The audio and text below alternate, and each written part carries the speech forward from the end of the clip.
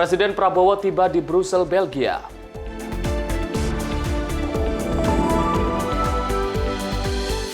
Sedang aksi nikmati senja, pelaku begal ditangkap.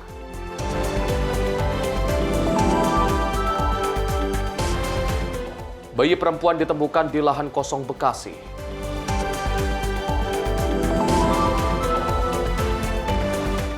Toko buku dan seragam diserbu warga.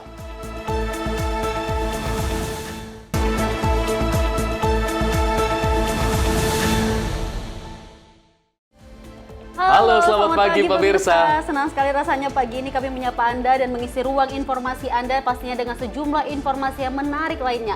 Dan pemirsa, Mas Arief juga kita telah menyampaikan informasi di awal bagaimana isu-isu terkini yang akan kita sampaikan, salah satunya terkait tarif 30% dari Donald Trump ataupun 10% yang akan ditambah karena Indonesia ini telah tergabung di anggota BRICS lebih tepatnya. Benar sekali, selain informasi tersebut kita juga akan hadirkan berbagai macam informasi yang merupakan rangkuman dari peristiwa-peristiwa yang terjadi dari seluruh penjuru tanah air.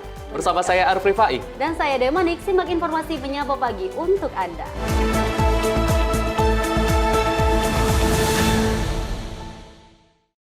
Pemirsa, Presiden Republik Indonesia Prabowo Subianto tiba di kota Brussel, Belgia pada Sabtu 12 Juli waktu setempat. Dan kunjungan kerja ini merupakan bagian dari lawatan diplomatik Presiden ke kawasan Eropa untuk memperkuat hubungan strategis Indonesia dengan Uni Eropa dan Kerajaan Belgia.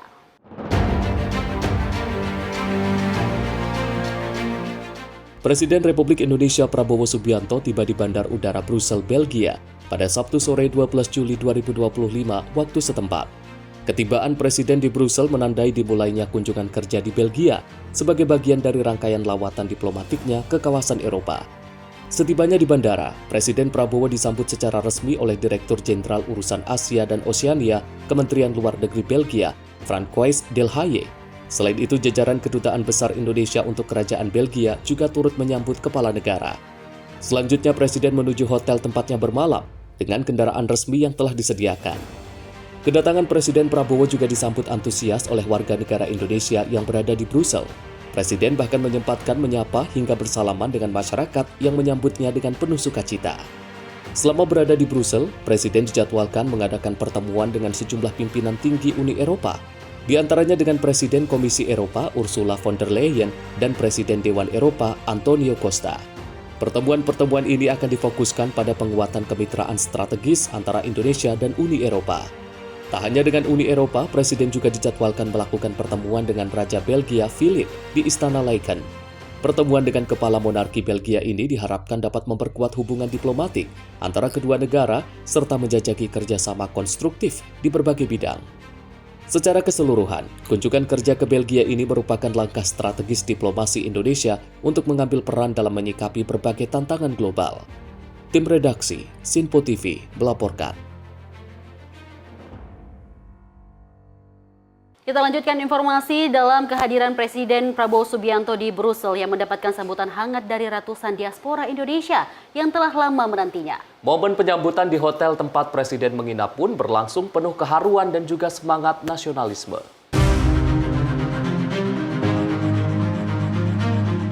Kehadiran Presiden Republik Indonesia Prabowo Subianto di hotel tempatnya bermalam di Brussel, Belgia pada Sabtu 12 Juli 2025 disambut hangat oleh para diaspora Indonesia yang telah lama menantikan momen bersejarah tersebut. Suasana haru dan antusias begitu terasa sejak Presiden Prabowo tiba di hotel, di mana ratusan diaspora berkumpul di depan pintu masuk hotel hingga memenuhi area lobi bagian dalam. Setibanya di lokasi, Presiden Prabowo langsung disambut dengan semangat oleh para diaspora seraya melambaikan bendera merah putih berukuran kecil. Dua anak diaspora, salah satunya bernama Kala yang berusia 6 tahun, maju ke depan untuk menyerahkan buket bunga kepada Presiden.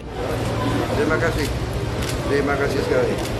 Presiden Prabowo pun menyempatkan diri untuk menyapa langsung diaspora yang telah menunggu kedatangannya.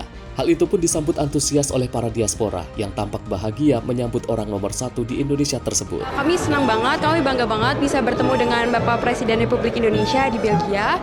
Dan kami sangat berharap Pak Prabowo bisa dilancarkan segala urusannya selama berada di Belgia ini. Aduh saya gemetar ini. Baru nggak nyangka like a dream. Ternyata orangnya sangat humble. Iya. Saya sampai gemetar, udah pedicure ya for the shake hand. Wah, Sangat senang, happy banget. Ya, akhirnya bisa ketemu langsung sama Pak Prabowo. Bener-bener kayak mimpi karena biasanya kan lihat dari televisi, YouTube gitu-gitu kan. Dan sekarang ketemu, salaman lagi. Udah manikur pedikur. Suasana hangat dan penuh keakraban semakin terasa ketika Presiden Prabowo berfoto bersama para diaspora yang mengibarkan bendera merah putih kecil di tangga dalam hotel. Momen tersebut menjadi penutup manis dari penyambutan yang tidak hanya menyentuh hati, tetapi juga syarat akan makna persatuan dan harapan dari para diaspora. Tim redaksi Sinpo TV melaporkan.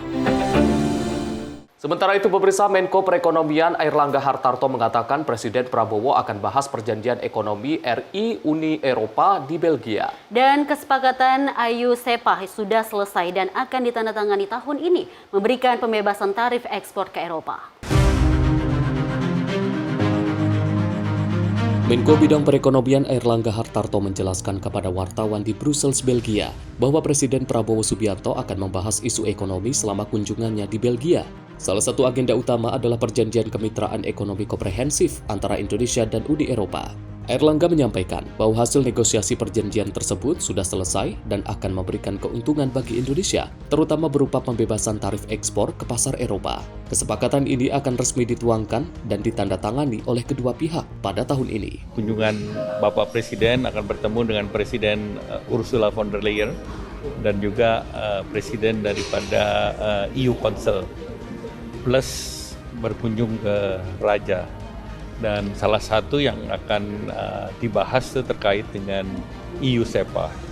Nah, EU SEPA ini kita sudah berunding masuk ke tahun ke-10, lebih dari 19 putaran. Namun seluruh isunya akan selesai. Dan ini tentu merupakan sebuah milestone baru di tengah situasi ketidakpastian. Berarti antara Indonesia dan EU itu akan produk kita bisa masuk ke Eropa dengan tarif 0.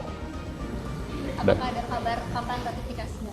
Ya tentu pertama nanti akan ada penandatanganan di kuartal ketiga tahun ini dan di Jakarta. Tapi kita tunggu pengumuman dari Presiden.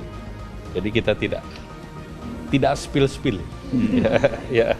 Tapi sejauh ini tadi apa sih Pak yang menjadi kendala yang masih susah gitu loh Pak untuk atas? Sekarang sudah tidak ada kendala lagi, jadi sudah selesai. Sebelumnya banyak hal, ya. Tapi tentu situasi global, geopolitik itu semuanya merubah dan juga termasuk Indonesia menjadi mitra strategis untuk Eropa karena kita dilihat juga dalam proses masuk menjadi OECD sehingga kita dianggap sudah mulai menjadi like-minded countries. Kemudian Indonesia juga ke depan akan menjadi negara yang terus meningkat ekonominya. Dan mereka melihat di berbagai regional ASEAN sangat kuat dan anchor-nya Indonesia. Sesudah Indonesia di belakang antri nih, Malaysia ingin, Thailand ingin. Jadi ya Indonesia menjadi pelopor lah untuk bekerja sama dengan berbagai negara. Kalau misalnya soal kesepakatan kan pasti ada give and take. Lebih banyak yang kita kasih ataupun juga kita relakan untuk kemudian disepakati. Sama-sama. Namanya kalau perjanjian dagang kan harus dua pihak. Jadi kita cari yang win-win. Tak hanya itu, Airlangga juga menambahkan bahwa Indonesia dianggap sebagai mitra dagang strategis oleh Uni Eropa dan juga mulai dipandang sebagai negara yang sejalan secara kebijakan karena proses Indonesia menuju keanggotaan OECD. Penandatanganan perjanjian rencananya akan dilakukan di Jakarta pada kuartal ketiga tahun ini, menunggu pengumuman resmi dari Presiden. Tim redaksi Sinpo TV melaporkan. Kita lanjut informasi dari Menteri Perdagangan Republik Indonesia Budi Santoso yang mengungkapkan perkembangan dalam negosiasi perdagangan antara Indonesia dan Amerika Serikat. Mendak menyampaikan bahwa optimisme bahwa kesepakatan tarif timbal balik akan segera tercapai. Ini demi menjaga stabilitas ekspor nasional.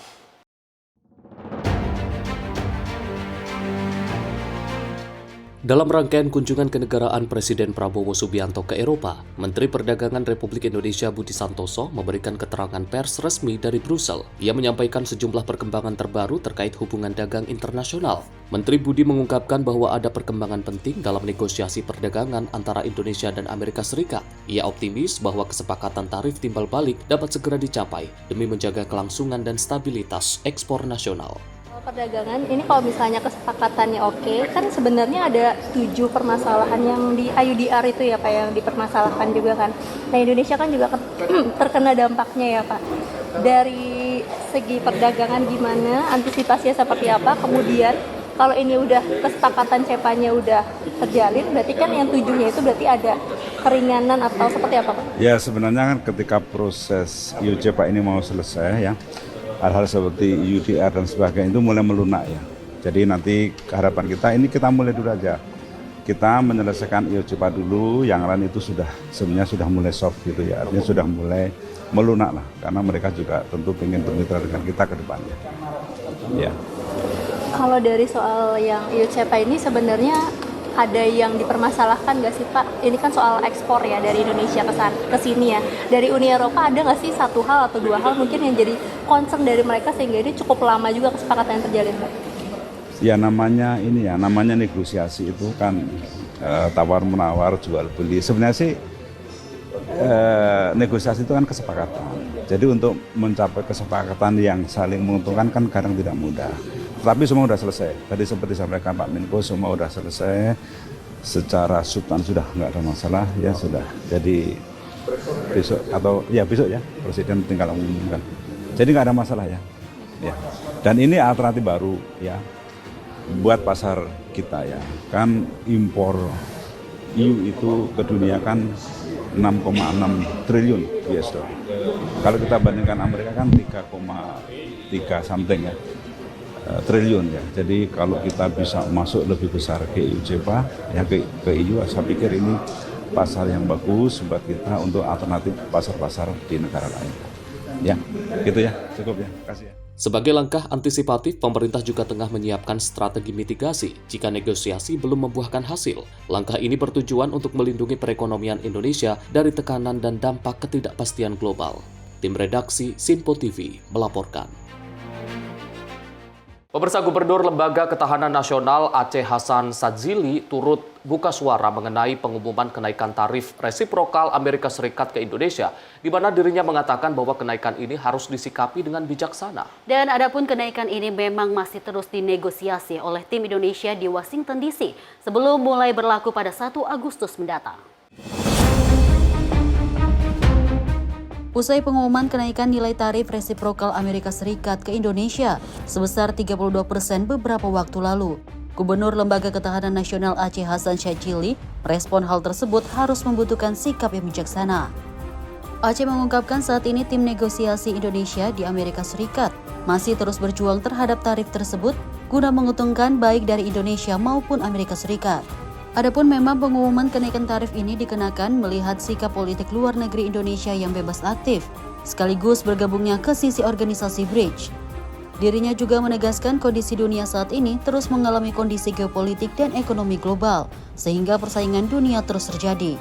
Pertama tentu pemerintah Indonesia saya kira sudah melakukan upaya yang sangat serius agar 34% dari tarif resiprokal yang direncanakan diberlakukan untuk Indonesia itu bisa dinegosiasikan oleh pemerintah Indonesia melalui tim yang telah diberangkatkan ke Amerika Serikat atau ke Washington.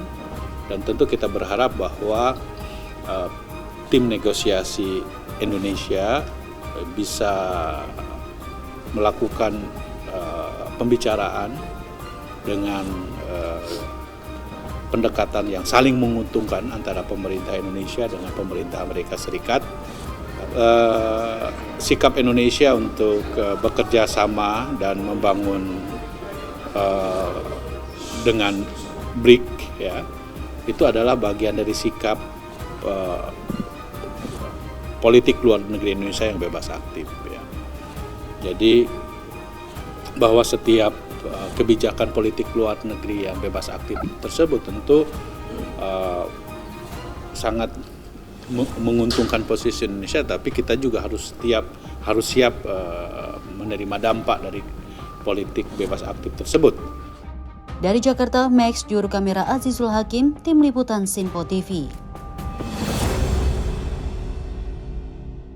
Nah, Arif dan juga pemirsa, dapat kita saksikan bahwa kunjungan Presiden ke Belgia ini merupakan kunjungan yang luar biasa untuk membahas AYUSEFA, dan di mana kita mengetahui AYUSEFA itu sebelumnya telah diutus Menko Erlangga yang memberikan pernyataannya bahwa kita dikenakan atau kan diberikan 0% untuk Indonesia dalam pengiriman perdagangan ataupun kerjasama. Dan kita juga menyaksikan bahwa tak hanya dari Presiden Prabowo Subianto yang hadir di kunjungan ini, beberapa kabinet Merah Putih juga turut hadir dalam membahas kerjasama politik diplomatik, ya lebih tepatnya. Benar sekali. Dan kalau kita melihat bagaimana sambutan yang antusias sekali dari para diaspora Indonesia yang berada di Belgia untuk menyambut Presiden Prabowo Subianto dengan begitu antusias, mereka dengan membawa bendera kecil. Bahkan kalau kita lihat tadi bagaimana komentar-komentar mereka cukup lucu, bagaimana antusias mereka juga ingin menyaksikan dan juga bersalaman langsung dengan Presiden Prabowo Subianto. Kagum.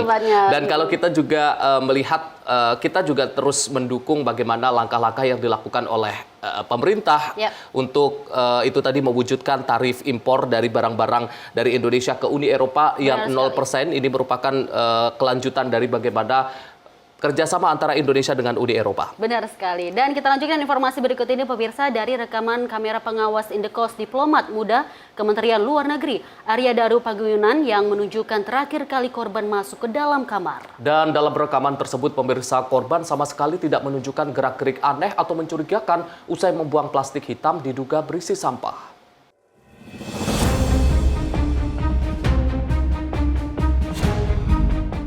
Dalam rekaman CCTV nampak Arya Daru Pangayunan, seorang diplomat muda Kementerian Luar Negeri, keluar dari dalam kamar kos pada pukul 23:24 WIB Senin malam 7 Juli 2025 lalu.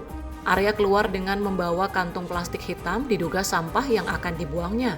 2 menit kemudian, tepat pukul 23:26 waktu Indonesia Barat, Arya kembali masuk ke dalam kamar. Tak ada gerak-gerik aneh atau mencurigakan dari Arya saat berjalan kembali ke kamar. Namun pada keesokan paginya, Arya ditemukan telah meregang nyawa dengan kondisi mengenaskan. Pria asal Yogyakarta itu saat ditemukan dalam kondisi tubuh telentang dengan kedua kaki terlipat dan kepala terlilit lakban. Selain melakukan olah TKP dan memasang garis kuning, polisi juga telah memeriksa 5 orang saksi dan 2 kamera CCTV yang ada di lokasi. Namun hingga kini misteri tewasnya korban belum juga terungkap. Dari Jakarta, Dio Malau, Sinpo TV melaporkan.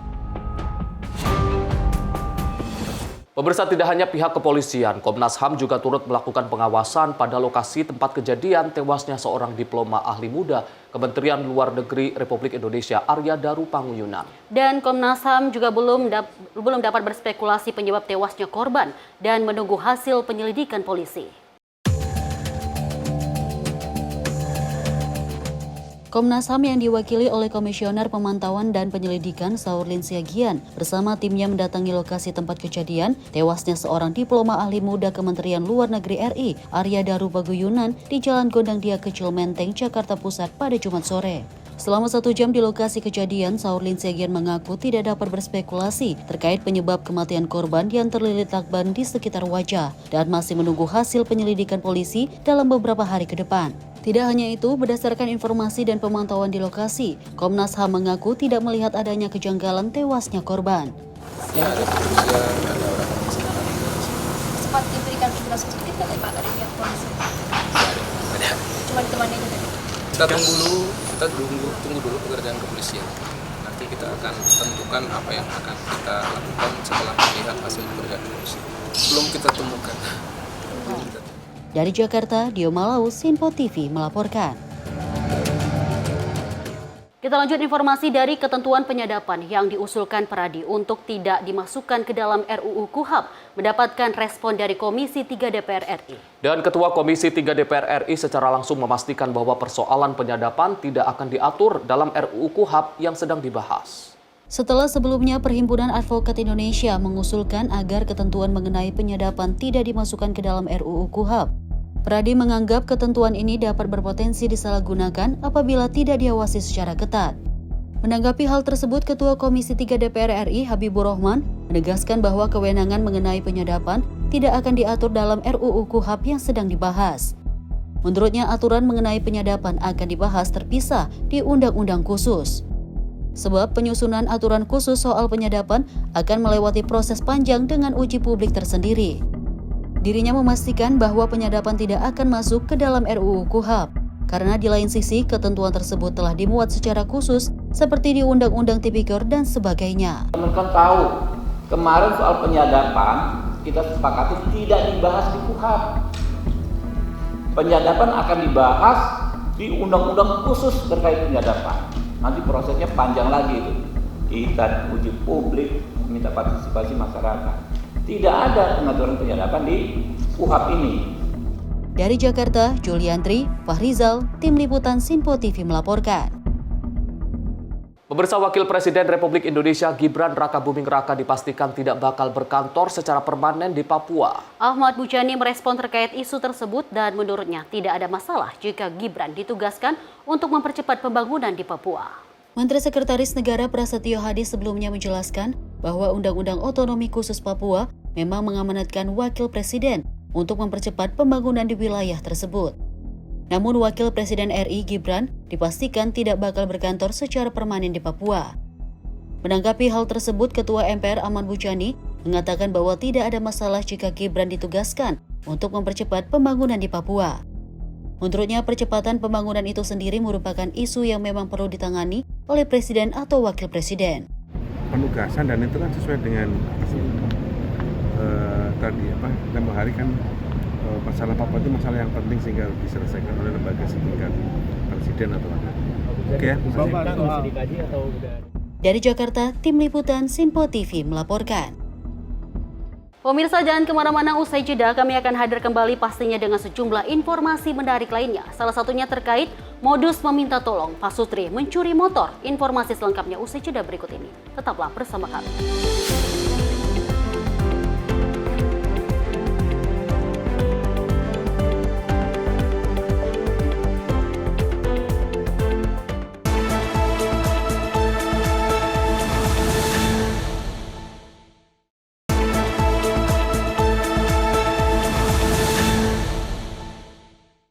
Selamat pagi pemirsa, Anda kembali menyaksikan Menyapa Indonesia Pagi. Seorang pekerja pengepul limbah di Jalan Kebon 200 Kamal Kalideres, Jakarta Barat menjadi korban pencurian sepeda motor oleh pasangan suami istri. Dan pelaku datang kepada korban dengan modus pelaku ingin menjual helm untuk makan dan beli popok bayi.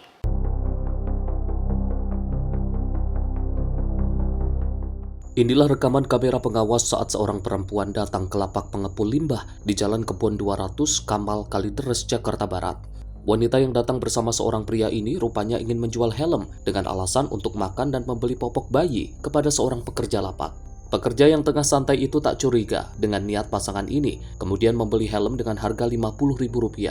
Saat tengah mengambil uang di kamar itulah, sang pria yang melihat kunci motor tergeletak di atas meja kemudian mengambilnya lalu keluar. Pelaku tak langsung membawa lari motor milik korban, namun berselang 15 menit kemudian pelaku datang ke lapak tersebut dan membawa lari motor yang berada di luar rumah. Ya itu sekitar jam berapa ya, jam 8:30 itu dia masuk nawarin itu helm. Nawarin helm yaitu minta 50.000, terus sama ponakan saya dibayarin 50.000 itu. Jadi pas ponakan saya mau ngambil duit ke dalam kamar, dia langsung ngambil kunci gitu. Ceweknya itu nunggu duit itu, ya kasih dikasih, ya udah keluar berangkat sekitar 15 menit dia baru balik lagi ke sini ngambil motor gitu. Ya itu mungkin kayaknya modus itu. Akibat peristiwa ini, korban mengaku kehilangan motor Vario yang jika dijual ditaksir bisa mencapai 5 juta rupiah. Meski belum melaporkan kasusnya ke polisi, namun korban berharap pelaku bisa dikenali dan segera ditangkap. Dari Jakarta, tim kontributor Sinpo TV melaporkan. Kita beralih dengan informasi istimewa berikut ini, pemirsa. Momen istimewa yang memperingati Hari Kebaya Nasional 2025 dirayakan dengan tarian kreasi yang dipersembahkan oleh 300 wanita berkebaya di Kota Lama Semarang. Dan acara ini bertujuan untuk melestarikan kebaya, menggerakkan ekonomi kreatif dan juga menarik wisatawan. Momen spesial peringatan Hari Kebaya diwarnai oleh penampilan tarian kreasi dari sekitar 300 wanita berkebaya di Kota Lama, Semarang, Jawa Tengah pada Sabtu 12 Juli 2025. Para penari yang berasal dari berbagai generasi dan latar belakang masyarakat ini bergabung untuk merayakan dan melestarikan budaya kebaya Indonesia. Acara ini juga bertujuan untuk menggerakkan industri ekonomi kreatif dan meningkatkan daya tarik wisata di Semarang. Selain sebagai bentuk hiburan, pertunjukan peragaan busana menjadi sarana penting untuk mengenalkan kebaya yang telah diakui UNESCO sebagai warisan budaya tak benda Indonesia. Upaya ini diharapkan dapat menjaga dan memperkuat nilai budaya kebaya agar tetap hidup di tengah perkembangan zaman. Dengan memadukan seni tari dan busana tradisional, diharapkan kunjungan wisatawan ke kota tersebut semakin meningkat dan memberikan dampak positif bagi perekonomian lokal. Tim redaksi Sinpo TV melaporkan. Pemirsa, Kementerian Komunikasi dan Digital menyediakan akses internet untuk mendukung pembelajaran di sekolah rakyat. Infrastruktur ini disiapkan bersama Kementerian Sosial guna mewujudkan pendidikan digital yang merata.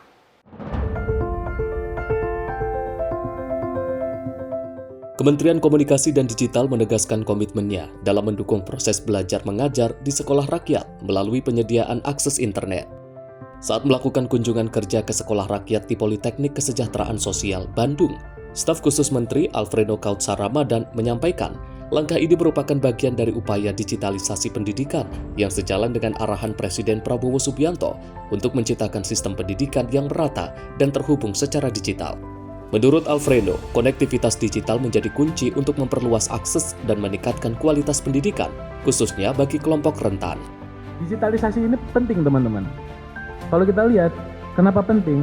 Karena Indonesia membutuhkan lebih dari 9 juta talenta digital pada tahun 2030. Penyediaan jaringan internet ini merupakan hasil kerjasama antara Kemkomdigi dan Kementerian Sosial selaku penyelenggara sekolah rakyat. Dalam kunjungannya, Alfredo juga meninjau langsung infrastruktur digital dan memeriksa kualitas bandwidth internet yang disediakan untuk mendukung pembelajaran berbasis teknologi. Diketahui kota ini akan mengoperasikan sedikitnya 3 sekolah rakyat pada 14 Juli 2025. Tim redaksi Sinpo TV melaporkan.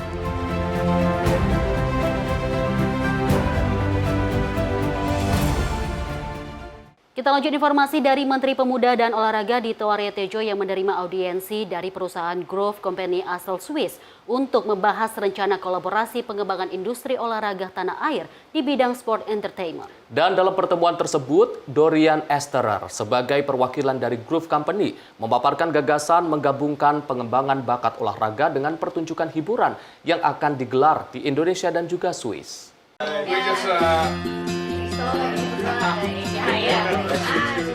Menteri Pemuda dan Olahraga Dito Aryo Tejo menerima audiensi dari perusahaan Grove Company Switzerland di Rumah Dinas Widya Chandra, Jakarta Selatan pada Jumat sore 11 Juli 2025. Kedatangan perusahaan asal Swiss ini untuk membahas potensi kerjasama di bidang sport entertainment, khususnya dalam pengembangan industri olahraga di Indonesia. Dorian Ester dari Grove Company menjelaskan bahwa mereka melihat potensi besar olahraga sepak bola di Indonesia dan berencana mengembangkan sebuah format kegiatan yang menggabungkan pengembangan bakat dan unsur hiburan sebagai penyambutan menuju Piala Dunia 2026. Menpora menyambut baik rencana tersebut dan mengusulkan agar proyek tidak hanya berfokus pada sepak bola, namun juga olahraga tradisional seperti pencaksilat untuk dipadukan dalam format sport entertainment. Menpora juga menyatakan kesiapan berkomunikasi lebih lanjut agar proyek tersebut selaras dengan program nasional melalui lembaga LPDUT atau Inaspro di bawah naungan Kemenpora. Sementara itu, tenaga ahli Kemenpora bidang diaspora dan diplomasi olahraga Ratu Tisha Destria menyampaikan bahwa Kemenpora saat ini tengah menjelajahi wilayah industri olahraga yang lebih luas, termasuk segmentasi sport entertainment. Menurut Ratu Tisha, model yang ditawarkan Grove Company menarik karena menggabungkan identifikasi dan pengembangan bakat dengan unsur hiburan untuk publik. Dirinya juga menyebut bahwa kolaborasi dengan Grove Company akan disiapkan lebih teknis bersama Inaspro untuk mendorong tumbuhnya industri olahraga di area yang lebih luas. Tim redaksi Sinpo TV melaporkan.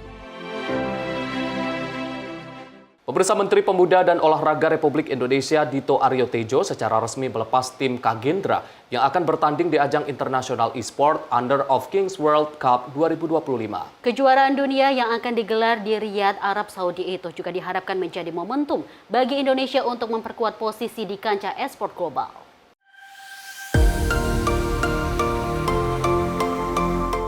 Menteri Pemuda dan Olahraga Republik Indonesia Dito Aryo Tejo didampingi Wakil Menteri Taufik Hidayat secara resmi melepas tim Kagendra yang akan berangkat ke Under of Kings World Cup 2025 di kantor Kemenpora Jakarta pada Jumat 11 Juli. Kejuaraan dunia yang akan berlangsung di Riyadh, Arab Saudi mulai 15 Juli mendatang dinilai sebagai momentum strategis untuk meneguhkan komitmen Indonesia di panggung e-sport internasional. Pada acara pelepasan, Menpora memberikan semangat dan dukungan kepada seluruh anggota tim Kagendra agar menunjukkan semangat juang dan pantang menyerah dalam mengharumkan nama bangsa. Menpora juga menyampaikan bahwa partisipasi Indonesia dalam ajang internasional seperti ini adalah bagian dari visi pemerintah untuk mengembangkan ekosistem olahraga berbasis teknologi. Hal senada disampaikan Wamenpora Taufik Hidayat yang menegaskan bahwa pemerintah akan terus mendorong kolaborasi antar pihak dalam membangun e-sport tanah air. Saya menyampaikan apresiasi dan terima kasih tentunya kepada insan pemuda olahraga, khususnya pada cabang olahraga e-sport Indonesia. Hal ini adalah sebagai bukti nyata serta komitmen pengembangan e-sport Indonesia, sekaligus mendorong perkembangan olahraga profesional serta perkembangan industri olahraga, hiburan dan industri kreatif. Dalam kesempatan tersebut, hadir pula utusan khusus Presiden bidang pembinaan generasi muda dan pekerja seni Raffi Ahmad yang juga memberikan dukungan moral kepada para atlet muda. Tim Kagendra berhasil lolos ke Honor of Kings World Cup 2025 setelah menjuarai kompetisi nasional Indonesia Kings Laga Sparring 2025 yang diselenggarakan Tencent. Keberhasilan ini menegaskan potensi besar dan kesiapan Indonesia dalam bersaing di kancah e-sport dunia. Tim redaksi Sinpo TV melaporkan. Sementara itu, pemirsa, Korps Alumni Himpunan Mahasiswa Islam menggelar rapat koordinasi nasional yang turut dihadiri oleh 1.000 peserta, termasuk menteri, wakil menteri, dan pejabat tinggi negara lain. Dan Wakil Ketua DPR RI sekaligus Koordinator Presidium Korps Alumni Himpunan Mahasiswa Islam, Saan Mustafa, menyampaikan organisasinya akan mendukung penuh proyek strategis pemerintahan Presiden Prabowo Subianto di bidang ketahanan pangan dan juga energi. Adapun yang dibahas dalam Rakornas kali ini terkait isu strategis nasional mengenai ketahanan pangan, energi, tata kelola politik, sumber daya manusia, dan pendidikan.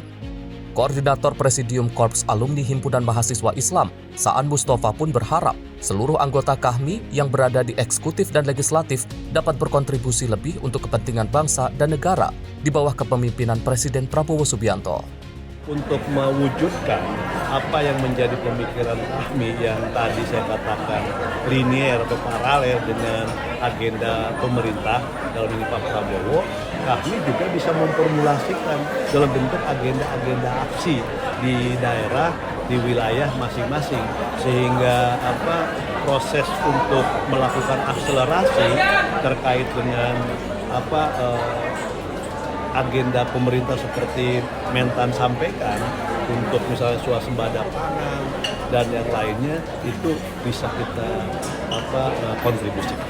Baik, terakhir nih harapan dari Kang Saan terhadap teman-teman yang menjadi representasi lah untuk menyampaikan program ini nantinya apa? Ya, kita harapkan bahwa seluruh anggota KAHMI ya yang ada di eksekutif, yang ada di legislatif, dan juga yang profesional, apakah itu akademisi, apakah itu dunia usaha, mari sama-sama saatnya ya hari ini KAHMI mengkontribusikan baktinya untuk kepentingan bangsa, negara, dan rakyat bersama dengan pemerintahan di bawah Presiden Prabowo. Dari Jakarta, Rona Bayu, Sinpo TV melaporkan.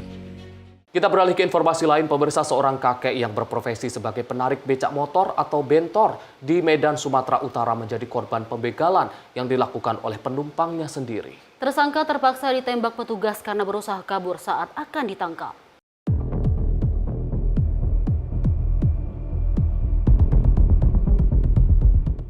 Salah satu pelaku bernama Ferry Junaidi alias Sembrenget berhasil ditangkap Satuan Reskrim Polrestabes Medan di Jalan Jala Medan, Sumatera Utara pada Jumat malam. Tersangka terpaksa ditembak petugas karena berusaha kabur saat akan ditangkap. Selain tersangka, petugas juga mengamankan seorang penadah barang curian. Dari tersangka penadah, petugas berhasil menyita barang bukti becak motor milik korban M. Yatim. Kasat Reskrim Polrestabes Medan AKBP Bayu Putri Wijayanto pada Sabtu sore mengatakan korban yang merupakan penarik becak motor dan disabilitas ini dibegal saat menghantarkan tersangka yang berpura-pura sebagai penumpang dari Jalan Sisingamangaraja menuju Marelan. Seorang korban adalah kakek M. Yatim, di mana beliau adalah korban dari curas di Jalan SM Raja, tepatnya di depan makam pahlawan awalnya. Sementara itu korban mengaku diancam oleh pelaku dan memaksa agar menyerahkan becak motor miliknya bila ingin selamat. Korban yang tidak ingin terluka hanya bisa pasrah dan menyerahkan becak motornya kepada para pelaku. Dia udah turun dari becak, dari bak becak, dekat kita, tadi pegang, turun kau. Dan becaknya aku bawa, bangnya aku bawa gitu. Saat ini polisi masih memburu tersangka lain yang identitasnya sudah diketahui. Resi Erlangga, Medan, Sumatera Utara. Sementara itu pemirsa, tim Tekap 308 Polres Metro Lampung tangkap 2 orang begal bersenjata api yang sedang asik nongkrong di pinggir sawah. Dari pengakuan keduanya, mereka telah beraksi melakukan pencurian sepeda motor sebanyak 15 kali di wilayah kota Metro. Inilah rekaman video saat tim Tekap 308 Polres Metro Lampung yang berhasil menangkap 2 orang begal bersenjata api yang sedang asik nongkrong di pinggir sawah di Kabupaten Lampung Tengah. 2 begal yang diketahui berinisial YS dan PI ini terlihat terkejut dan berusaha melarikan diri karena kemunculan tim Tekap dari sebuah mobil dan beberapa motor. Keduanya pun tak berkutik sebab petugas langsung dengan sigap memegang keduanya. Kasat Reskrim Polres Metro AKP Hendra Safuan mengatakan kedua begal ini dilaporkan telah beraksi melakukan pencurian sepeda motor sebanyak 15 kali di wilayah hukum kota Metro. Dari tangan keduanya, polisi mengamankan sejumlah barang bukti, di antaranya 1 pucuk senjata api rakitan, berikut 1 amunisi, 2 bilah senjata tajam, serta 2 buah kunci letter T beserta mata kunci. Ada 2 orang yang telah kami amankan, inisial YS dan PI, yang dimana kedua pelaku ataupun kedua tersangka yang saat itu ditetapkan statusnya sebagai tersangka memiliki senjata api rakitan dan senjata tajam dalam melaksanakan kegiatannya.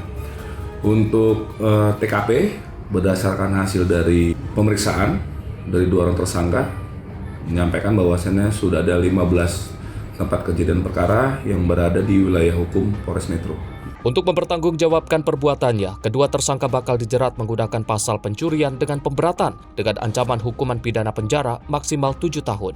Dari Metro Lampung, Immanuel Simorangkir, kontributor Sinpo TV, melaporkan. Kita beralih ke informasi lain, pemirsa. Panglima TNI Jenderal TNI Agus Subianto memimpin langsung panen raya padi di Desa Sidoarjo, Ramunia, Kabupaten Deli Serdang, Sumatera Utara. Langkah ini menjadi bagian dari program ketahanan pangan yang terus digerakkan TNI demi mendukung swasembada pangan nasional.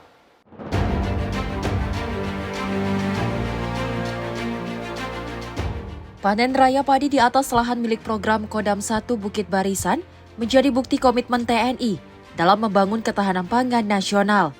Dalam sambutannya, Panglima TNI Jenderal Agus Subianto menegaskan, ketahanan pangan merupakan bagian integral dari pertahanan negara.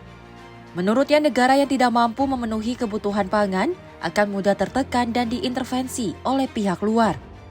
Untuk itu, Agus menyatakan bahwa TNI memberikan bantuan benih, pupuk, sembako, serta alat mesin pertanian modern kepada para petani.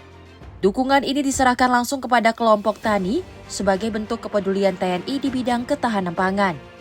Tak hanya itu, Panglima TNI juga melepas bantuan beras untuk Satuan Pelayanan Pemenuhan Gizi di wilayah Sumatera Utara. Dengan semangat TNI Prima, program ketahanan pangan terus dijalankan melalui pemanfaatan lahan tidur, pendampingan Babinsa, dan pembangunan infrastruktur pertanian. Sinergi TNI dan rakyat menjadi pondasi utama dalam membangun kedaulatan dan kemandirian bangsa.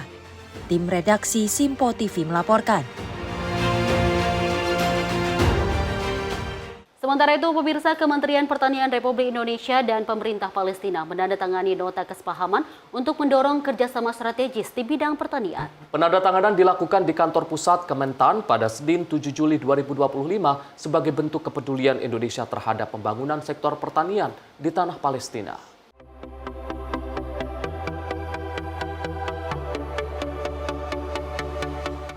Menteri Pertanian Negara Palestina Profesor Dr. Reza Basir Syalimia menyampaikan harapan besar atas kerjasama pertanian yang dijalin dengan Indonesia melalui penandatanganan Memorandum of Understanding di kantor pusat Kementan. Kerjasama ini meliputi bidang pelatihan, pertukaran keahlian teknis, peningkatan perdagangan dan investasi, fasilitasi akses pasar, serta bantuan pangan. Untuk menjamin keberlanjutan implementasi, kedua negara akan membentuk komite teknis pertanian bersama. Sebagai wujud nyata, pemerintah Indonesia akan mengalokasikan lahan sekitar 10.000 hingga 15.000 hektar di Provinsi Sumatera Selatan untuk pembangunan Palestina Indonesia Solidarity Investment Zone di sektor pertanian. Zona investasi tersebut akan fokus pada proyek produksi pangan, pembangunan pedesaan, dan pemberdayaan ekonomi. Menteri Pertanian RI Andi Amran Sulaiman menyambut baik kerjasama ini dan menekankan pentingnya memadukan kekuatan teknologi pertanian Palestina dengan potensi sumber daya yang dimiliki Indonesia.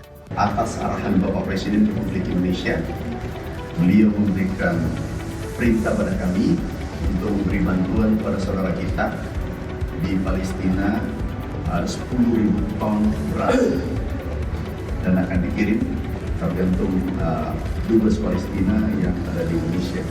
Kapan saja bisa dikirim, kami serahkan berasnya.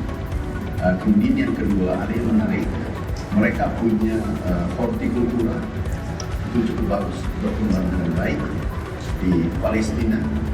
Kemudian banyak ahli water management export, kemudian ahli-ahli air, kemudian seperti drip irrigation yang cocok untuk hortikultura.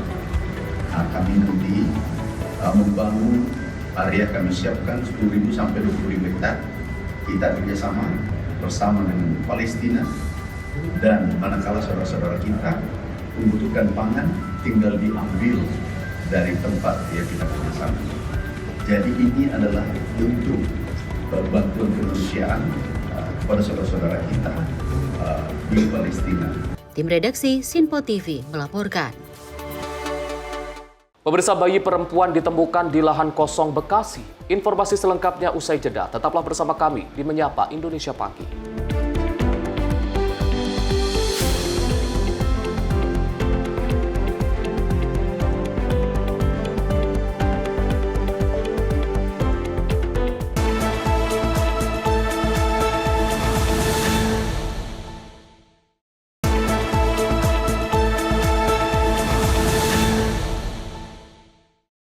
Terima kasih pemirsa, Anda kembali menyaksikan Menyapa Indonesia Pagi dan informasi kita lanjutkan kembali. Pemirsa, sesosok bayi berjenis kelamin perempuan ditemukan tergeletak di sebuah lahan kosong di Kabupaten Bekasi, Jawa Barat. Bayi dalam kondisi hidup dengan tali plasenta masih menempel, diduga baru dilahirkan dan dibuang oleh orang tuanya hasil hubungan gelap. Saat ini bayi tersebut dalam penanganan medis di rumah sakit. Di tengah keheningan malam, warga kampung Walahir, Cikarang Utara, Kabupaten Bekasi, Jawa Barat, dihebohkan dengan penemuan sesosok bayi perempuan di sebuah lahan kosong pada Sabtu malam.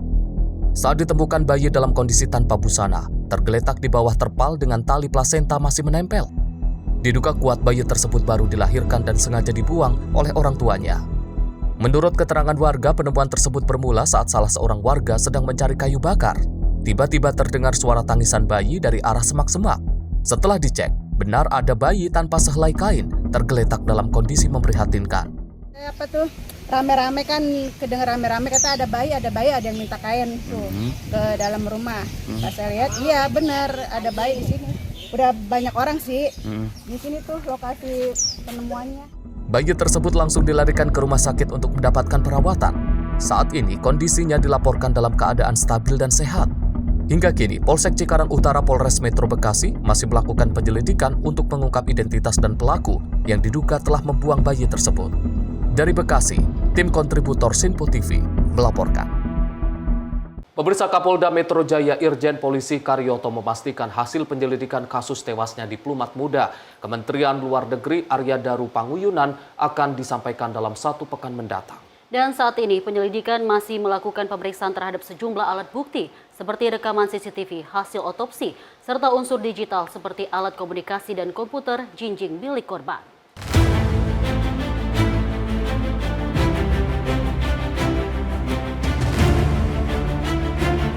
Tragedi tewasnya Arya Daru Pangayunan, seorang diplomat muda Kementerian Luar Negeri di kamar kosnya Jalan Gondang Dia Kecil, Menteng, Jakarta Pusat, hingga kini masih menjadi misteri. 2 rekaman CCTV dan juga 5 orang yang telah diperiksa penyelidik termasuk istri korban, ternyata belum juga mampu menjawab teka-teki tersebut. Kapolda Metro Jaya Irjen Pol Karyoto menuturkan saat ini penyidik Direktorat Kriminal Umum Polda Metro Jaya telah mengambil alih kasusnya dari Polres Metro Jakarta Pusat. Pemeriksaan barang bukti dengan melibatkan sejumlah ahli tengah dilakukan, mulai dari pemeriksaan video CCTV, hasil otopsi hingga perangkat digital korban seperti ponsel dan komputer jinjing. Pemeriksaan digital untuk mencari bukti komunikasi korban dengan siapa saja dan di waktu kapan saja. Kapolda pun memastikan hasil penyelidikan akan disampaikan dalam kurun waktu 1 minggu ke depan. Kapolda meminta masyarakat bersabar dan tidak berspekulasi terkait dengan kasus tersebut agar tidak menimbulkan hoax. Baik CCTV, kemudian hasil otopsi, dan juga termasuk digital. Digital itu dari laptop dan lain-lain ya. Mungkin seminggu lagi selesai. Nanti ada kesimpulan. Insya Allah mudah-mudahan seminggu lagi selesai. Ya, cukup. Dari hasil visum sementara ya, saya belum membaca, tapi itu masih dipelajari oleh tim penyelidik. Dan sekarang sudah saya ambil alih di tingkat Polda. Oke? Saksi-saksinya Pak? Saksi-saksi kan ya nanti kan kita lihat dikembangkan dari situ. Ya, dari kalau visum itu bukan saksi tapi ahli nanti yang akan bicara. Ya. Kan dia ditemukan sendirian. Nanti dari forensik barangkali dari membuka HP bisa di trace kemana jam berapa dia berhubungan dengan siapa ya. Oke? Ahli yang dipanggil termasuk psikolog atau semacam itu? Ya nanti kita lihat dari isi ini kan saya kan belum tahu isinya apa. Kalau isinya nyangkut ini ya nanti orang-orang terkait akan diminta keterangan. Pak, ini kan terkait statusnya Pak, apakah ada kemungkinan itu Pak untuk penanganannya Pak? Apa? Mengingat dia juga bergerak di bidang hal yang kayak gini kita udah banyak pengalamannya di Polda Metro, banyak sekali pengalaman. Tapi yang jelas kita secara komprehensif, tidak satu bukti kita menyimpulkan. Semua biar kita pelajari dulu. Setelah waktunya kita bisa membuat kesimpulan sampai final, kita katakan ini. Diketahui diplomat muda Kementerian Luar Negeri Arya Daru Pangayunan ditemukan tewas mengenaskan di kamar kosnya pada Selasa pagi 8 Juni kemarin dengan wajah terlilit oleh lakban. Dari Jakarta, Dio Balau, Sinpo TV melaporkan. Pemirsa, pimpinan Majelis Perwakilan Rakyat Ahmad Muzani melakukan kunjungan ke Mahkamah Agung dalam rangka silaturahmi pada Jumat siang. Kunjungan tersebut turut membahas perihal 2 konstruksi hukum di tanah air. Ketua MPR Ahmad Muzani melakukan kunjungan ke Mahkamah Agung dalam rangka silaturahmi pada Jumat siang. Kedatangan Muzani disambut langsung oleh Ketua Mahkamah Agung Sunarto. Pada pertemuan tersebut, keduanya menyepakati 2 hal konstruksi hukum di tanah air. Salah satunya terkait penegakan hukum yang berpihak kepada rasa keadilan di masyarakat. Selain itu juga turut membahas penyelesaian persoalan hukum yang diupayakan dengan jalur mediasi. Penyelesaian persoalan hukum kalau bisa diupayakan dengan jalan mediasi. Mediasi adalah sesuatu yang dimungkinkan dalam sistem hukum kita, tetapi mediasi banyak tidak dipilih sebagai cara penyelesaian hukum. Jika ini didorong sebagai sebuah cara untuk penyelesaian persoalan hukum, maka beban hukum baik di Mahkamah Agung termasuk problem yang diakibatkan dari sengketa hukum bisa direda. Itulah beberapa hal yang kita bicarakan dalam hari ini.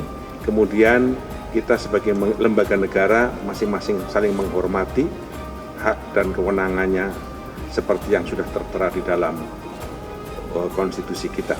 Saya kira ini beberapa hal yang ingin kami sampaikan dari pembicaraan saya dengan Yang Mulia Ketua Mahkamah Agung Republik Indonesia, Profesor Dr. Sunarto. Terima kasih. Dari Jakarta, Fahrizal, Sinpo TV melaporkan.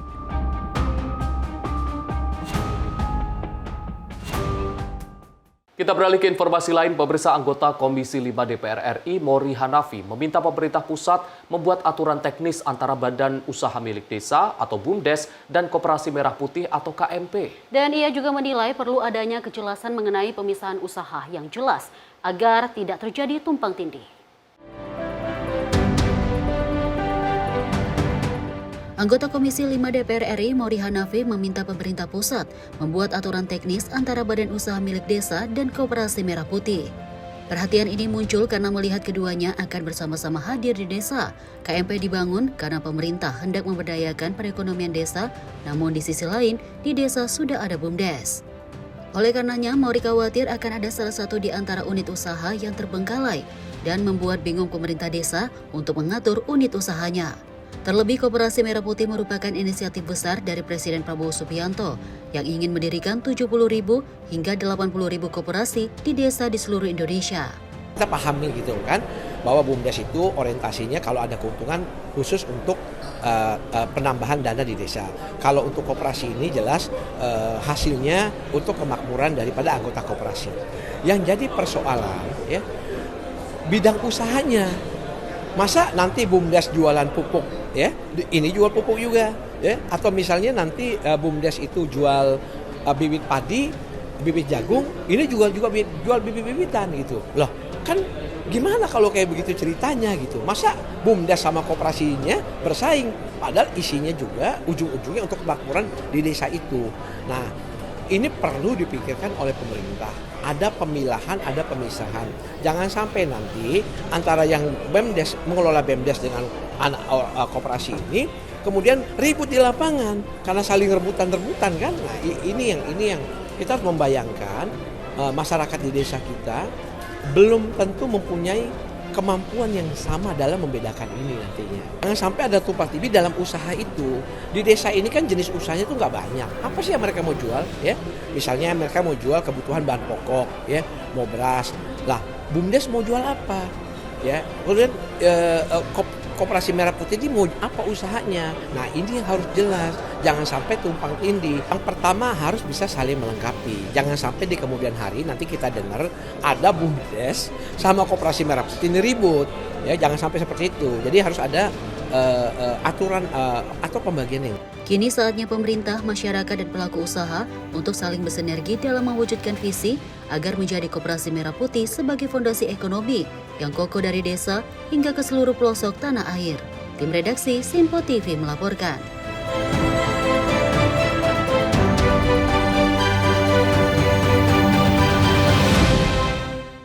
Sementara itu, pemirsa, seorang warga negara asing asal Cina nekat membawa mobil patroli polisi usai menabrak mobil di kawasan Gunung Sahari pada Kamis pukul 3 dini hari. Dan pelaku yang berada dalam pengaruh minuman alkohol nekat membawa mobil patroli yang hendak menolongnya hingga menabrak tiang di Jalan Simpang 5 Senen, Jakarta Pusat.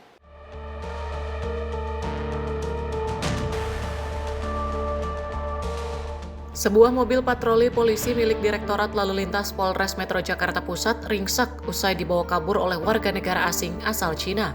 Direktur Lalu Lintas Polda Metro Jaya, Kombes Pol Komarudin, menjelaskan kejadian tersebut bermula ketika petugas mendatangi tempat kejadian perkara kecelakaan antara mobil Calya yang berisikan korban 2 orang, antara mobil Mercy yang berisikan korban 1 orang, yang mana diketahui sebagai pelaku menabrak mobil Calya. Komarudin menambahkan saat petugas sampai di TKP, pengemudi Mercy yang merupakan WNA asal Cina berinisial LL sedang terbaring di pinggir trotoar. Ketika petugas sedang mengevakuasi korban yang berada di mobil Calya, pelaku diam-diam membawa mobil patroli petugas dengan kecepatan tinggi. Karena dalam pengaruh alkohol, mobil patroli yang dibawa pelaku LL menabrak tiang di Simpang 5 Jalan Raya Pasar Senen, Jakarta Pusat hingga ringsek. Berawal dari terjadinya kecelakaan tepat di Jalan Gunung Sari dari utara arah ke selatan sekira pukul 3.00 antara 2 mobil, yakni mobil Calya kemudian dengan mobil Mercy, di mana dari kejadian tersebut 2 orang atau 3 orang luka-luka. Petugas mendapatkan laporan, turun ke TKP. Itu TKP pertama terjadi di depan PKPRI, ya, kantor PKPRI dari utara ke selatan. Setelah sampai di TKP, petugas berusaha mengevakuasi korban. Didapati ada 2 korban dari kendaraan KLA, kemudian juga 1 korban yang dikendarai oleh kendaraan Mercy. Yang saat itu berada di trotoar. Saat petugas sedang mengevakuasi korban, tiba-tiba pengemudi kendaraan Mercy yang tadinya berbaring di trotoar kemudian berjalan ke arah mobil petugas dan membawa mobil petugas hingga menabrak tiang yang ada di Simpang 5 Senen. Nah, di sanalah baru diketahui bahwa yang membawa kendaraan itu adalah justru pelaku kendaraan yang menabrak kendaraan KLA di depannya. Atas kejadian tersebut, pelaku sudah diamankan dan saat ini masih dalam tahap pemeriksaan oleh pihak kepolisian. Dari Jakarta, Dio Malau, Sinpo TV melaporkan.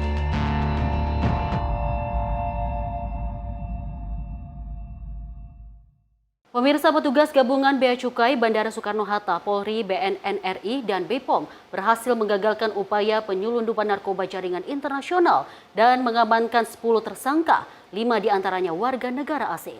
Dari hasil pengungkapan tersebut, petugas mengamankan barang bukti narkoba jenis sabu-sabu, ganja dan obat-obatan terlarang, ekstasi hingga cairan etomidate.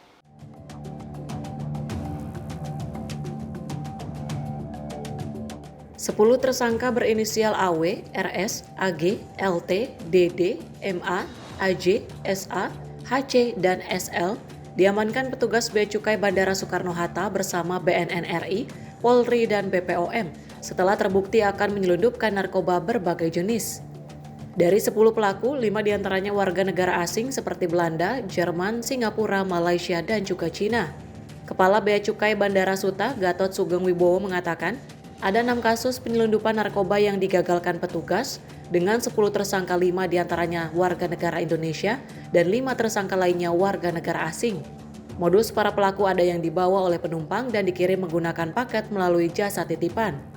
Kaitan dengan hasil penindakan terhadap upaya penyelundupan narkotika dan termasuk obat-obatan di Bandara Soekarno-Hatta, ini kami sampaikan bahwa ini ada 6 kasus yang sudah kita preskon dengan barang bukti berupa metamfetamin atau sabu sejumlah 2.697 gram, kemudian MDMA atau ekstasi 1.205 gram, kemudian kata edulis yang mengandung katinon itu kurang lebih 1.190 gram.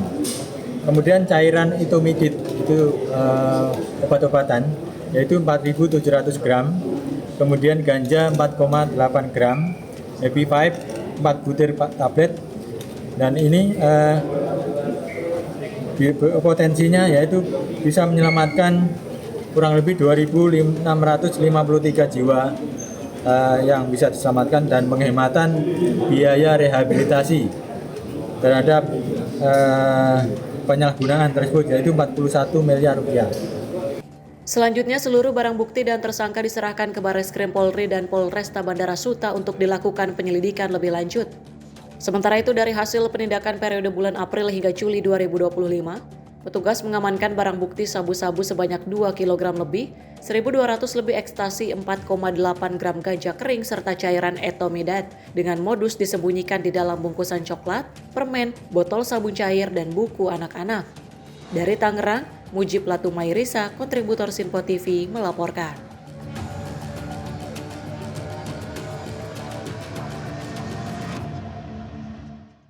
Kita beralih ke informasi lain, pemirsa. Agrowisata Gunung Mas Cisarua Bogor menjadi salah satu destinasi wisata yang ramai dikunjungi wisatawan saat berkunjung ke kawasan puncak ketika musim libur sekolah. Selain udara yang sejuk dengan pemandangan serba hijau, juga tersedia berbagai wahana hingga menguji adrenalin. Tak mengherankan, agrowisata Gunung Mas dipadati wisatawan dari berbagai daerah.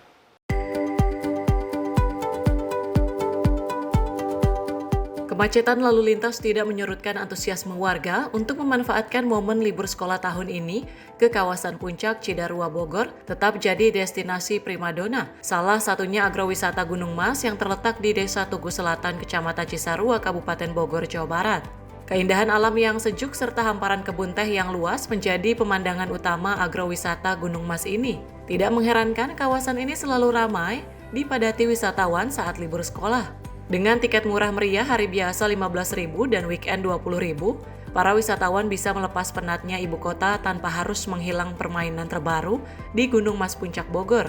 Selain udara yang segar dan pemandangannya yang serba hijau, berbagai wahana yang menguji adrenalin juga dapat dinikmati pengunjung, seperti wahana rainbow slide dan kereta gantung serta sport foto di alam terbuka, jadi wahana favorit para pengunjung.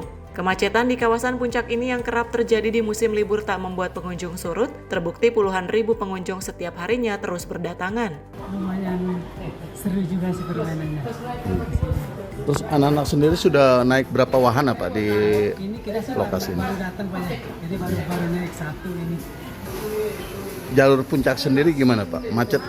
Untuk hari ini mungkin karena liburan anak sekolah kali Pak ya, naiknya sih lumayan. Jadi kita dari kota Bogor ke sini itu tadi hampir 3,5 jam. Dari Tangerang. Memang sengaja main ke Gunung Mas ini? Iya, sengaja. Udah berapa wahana yang naik, Dek? Belum, ini baru sampai. Berapa kali di Gunung Mas, main di Gunung Mas, adeknya? Sampai saat ini antusias pengunjung ke agrowisata Gunung Mas masih cukup ramai.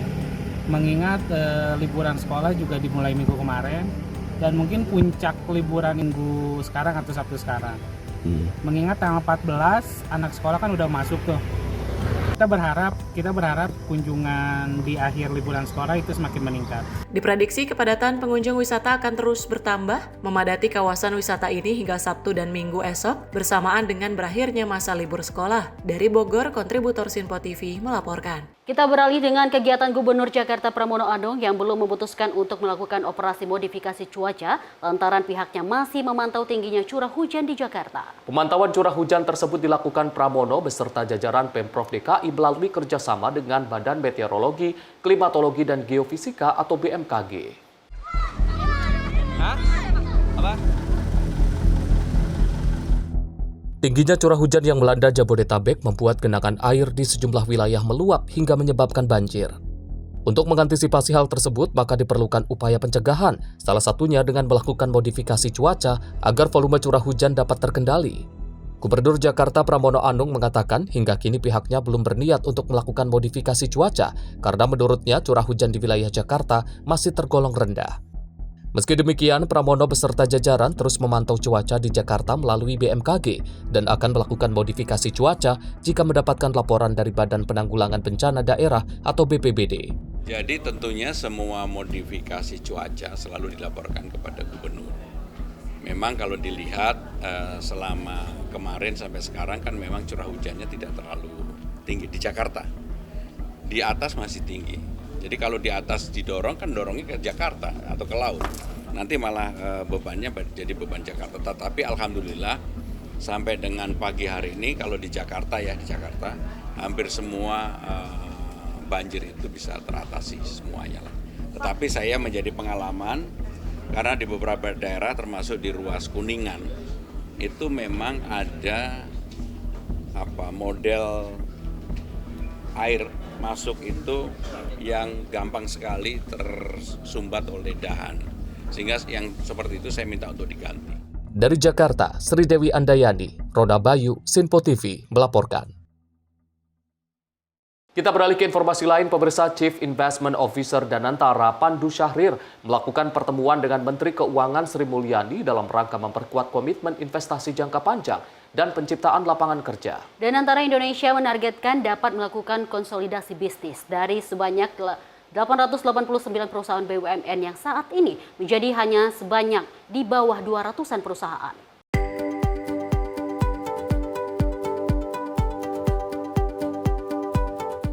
Chief Investment Officer Danantara Pandu Syahrir melakukan pertemuan dengan Menteri Keuangan Sri Mulyani dalam rangka memperkuat komitmen investasi jangka panjang dan penciptaan lapangan kerja. Pertemuan ini membahas arah strategis investasi jangka panjang Danantara yang mengutamakan pada penciptaan lapangan kerja berkualitas dan peningkatan nilai tambah dalam rangka pembangunan nasional. Keduanya mendiskusikan berbagai isu krusial, termasuk sektor energi dan mineral. CIO Danantara Pandu Syahrir sebelumnya mengatakan agar 889 perusahaan badan usaha milik negara dapat berada di bawah satu komando Danantara Indonesia. Hal itu ditujukan untuk mempermudah konsolidasi dan kerjasama sebagai upaya bersama mencapai target pertumbuhan sebesar 8% year on year sebagaimana yang dicanangkan Presiden Prabowo Subianto. Tim redaksi Sinpo TV melaporkan. Pemirsa, kontingen Indonesia akan buka parade Bastille Day di Prancis. Informasi selengkapnya akan kami sampaikan usai jeda berikut ini. Tetaplah bersama kami di Menyapa Pagi.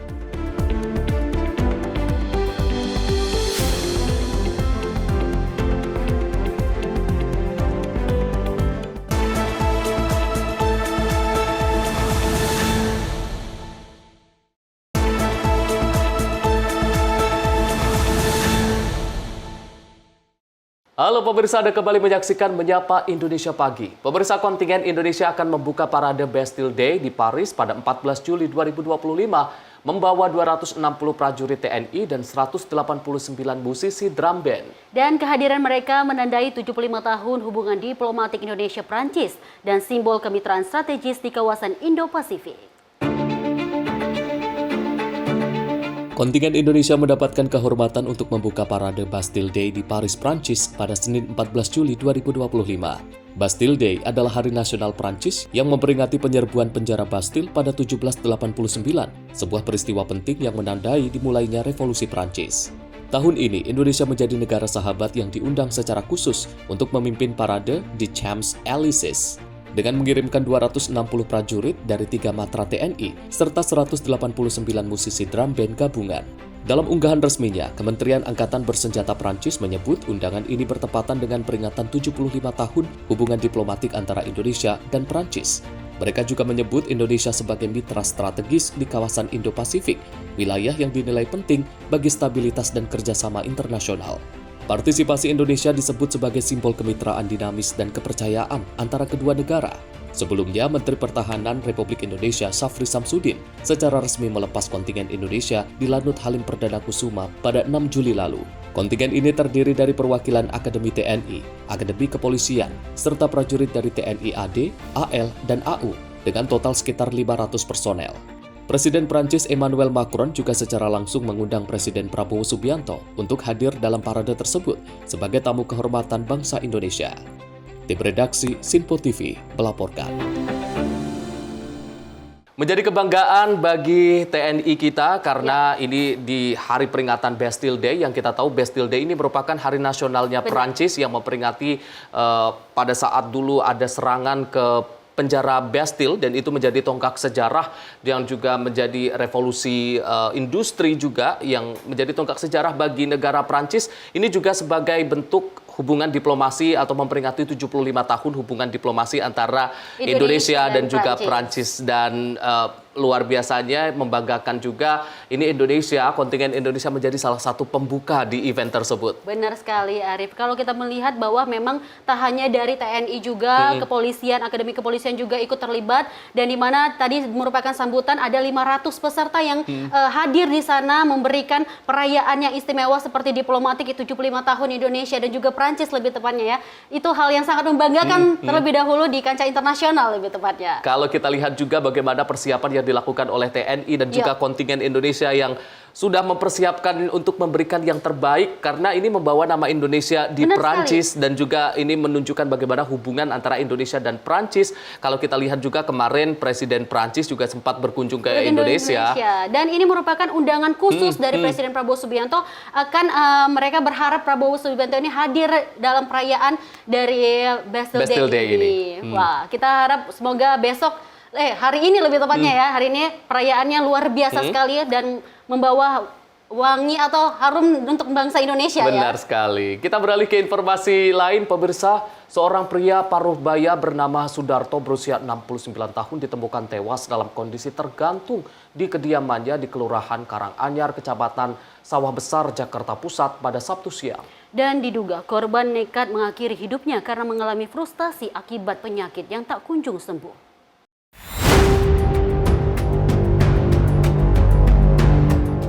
Korban pertama kali ditemukan oleh warga sekitar dalam posisi tergantung dengan lilitan kabel di dekat tangga rumahnya. Penemuan ini sontak menggegerkan warga setempat. Menurut keterangan Ketua RW 05 Siswanto, korban diketahui memiliki riwayat penyakit stroke dan tinggal bersama istrinya. Saat kejadian, sang istri sedang menginap di rumah anak mereka. Diduga korban nekat mengakhiri hidupnya karena mengalami frustasi akibat penyakit yang tak kunjung sembuh. Memang beliau tinggal sendiri, dikarenakan kan disuruh ikut anaknya, beliau tidak mau gitu. Hanya semalam tinggal bersama anaknya terus nggak mau. Sendiri sama istrinya karena sedang mengurus cucunya, ya bolak-balik lah ke sini. Stroke. Karena beliau juga baru hari Rabu kemarin itu MRI di rumah sakit, kurang lebih 5 tahunan lah. Tadi kabel, kalau sebenarnya itu kabel ya. Petugas kepolisian dari unit identifikasi Polres Metro Jakarta Pusat bersama Polsek Sawah Besar segera melakukan olah tempat kejadian perkara setelah menerima laporan. Dari olah TKP, petugas mengamankan kabel yang digunakan korban untuk mengakhiri hidupnya. Selanjutnya, jenazah korban dibawa ke Rumah Sakit Cipto Mangunkusumo untuk kepentingan penyelidikan. Kasus ini masih ditangani unit Reskrim Polsek Sawah Besar. Dari Jakarta, Dio Malau, Sinpo TV melaporkan.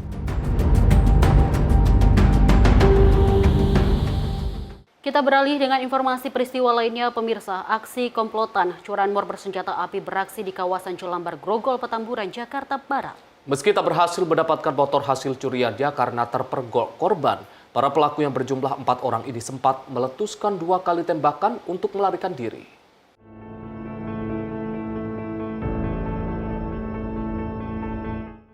Dari rekaman CCTV, kelompok curanmor yang berjumlah 4 orang ini beraksi di Jalan Widara, Jelambar Grogol, Petamburan, Jakarta Barat. Para pelaku tergolong nekat karena beraksi pada siang hari. Menurut korban, pelaku sudah membobol kunci kontak sepeda motor sasarannya, namun karena terpergok, pelaku pun panik dan berhasil melarikan diri sambil meletuskan tembakan sebanyak 2 kali. Beruntung tembakan pelaku tidak mengenai korban dan hanya mengenai bagian mesin motor. Sebetulnya kejadian itu kan pas di jam makan siang ya, sekitar jam 12-an. Itu kita ngeliat kan dari kaca gitu kan, ada 2 orang masuk ke dalam gitu, sisanya 2 orang di luar motor gitu kan. Terus kita ngeliat karena ada 1 orang yang narik sepeda motornya tersebut, kita teriak-teriakan karena posisi dia juga udah mengancung-ancungkan senjata gitu kan. Akhirnya karena kita teriakin, mereka kabur tapi sempat tembakin senjatanya tersebut, tapi kena motor yang lain gitu. Untungnya sih kita masih selamat gitu kan. Ya harapannya sih tingkatan aja deh arah keamanan sini. Sudah sempat dibobol, kena kunci stangnya juga gitu kan. Jadi keadaan sudah di letter T gitu kan, keadaan nyala. Pelakunya itu ada 4 orang, 2 eksekutornya yang dimasuk ke area masuk, 2-nya itu di motor. Tadi sempat nembakin ini kan ya, proyektil gitu kayak. Senjata ya? Senjata. Itu kena apanya tuh, Bang? Itu kena kirian motor ya, CVT-nya dari motor yang ada di sini gitu sih. Usai aksinya terpergok, pelaku berhasil melarikan diri menggunakan 2 sepeda motor. Kasus ini kemudian masih diselidiki oleh pihak kepolisian sektor Grogol, Petamburan, Jakarta Barat. Dari Jakarta, kontributor Sinpo TV melaporkan.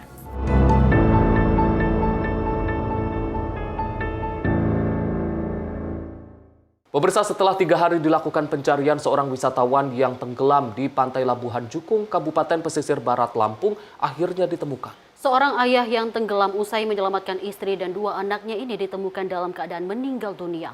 Pada jarak 200 meter dari lokasi pertama korban dinyatakan tenggelam.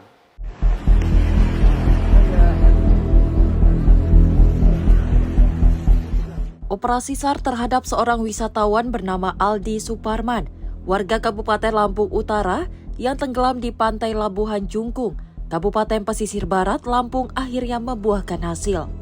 Komandan Basarnas Tanggamus, Robi Rusli mengatakan, korban yang tenggelam sejak Rabu ini pertama kali ditemukan oleh nelayan dalam kondisi tak bernyawa. Pada jarak 200 meter dari lokasi pertama dinyatakan tenggelam. Saat itu tim SAR gabungan langsung melakukan evakuasi korban ke Puskesmas Krui.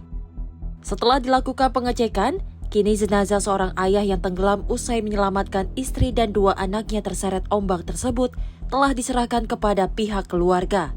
Alhamdulillah pada pukul 06.30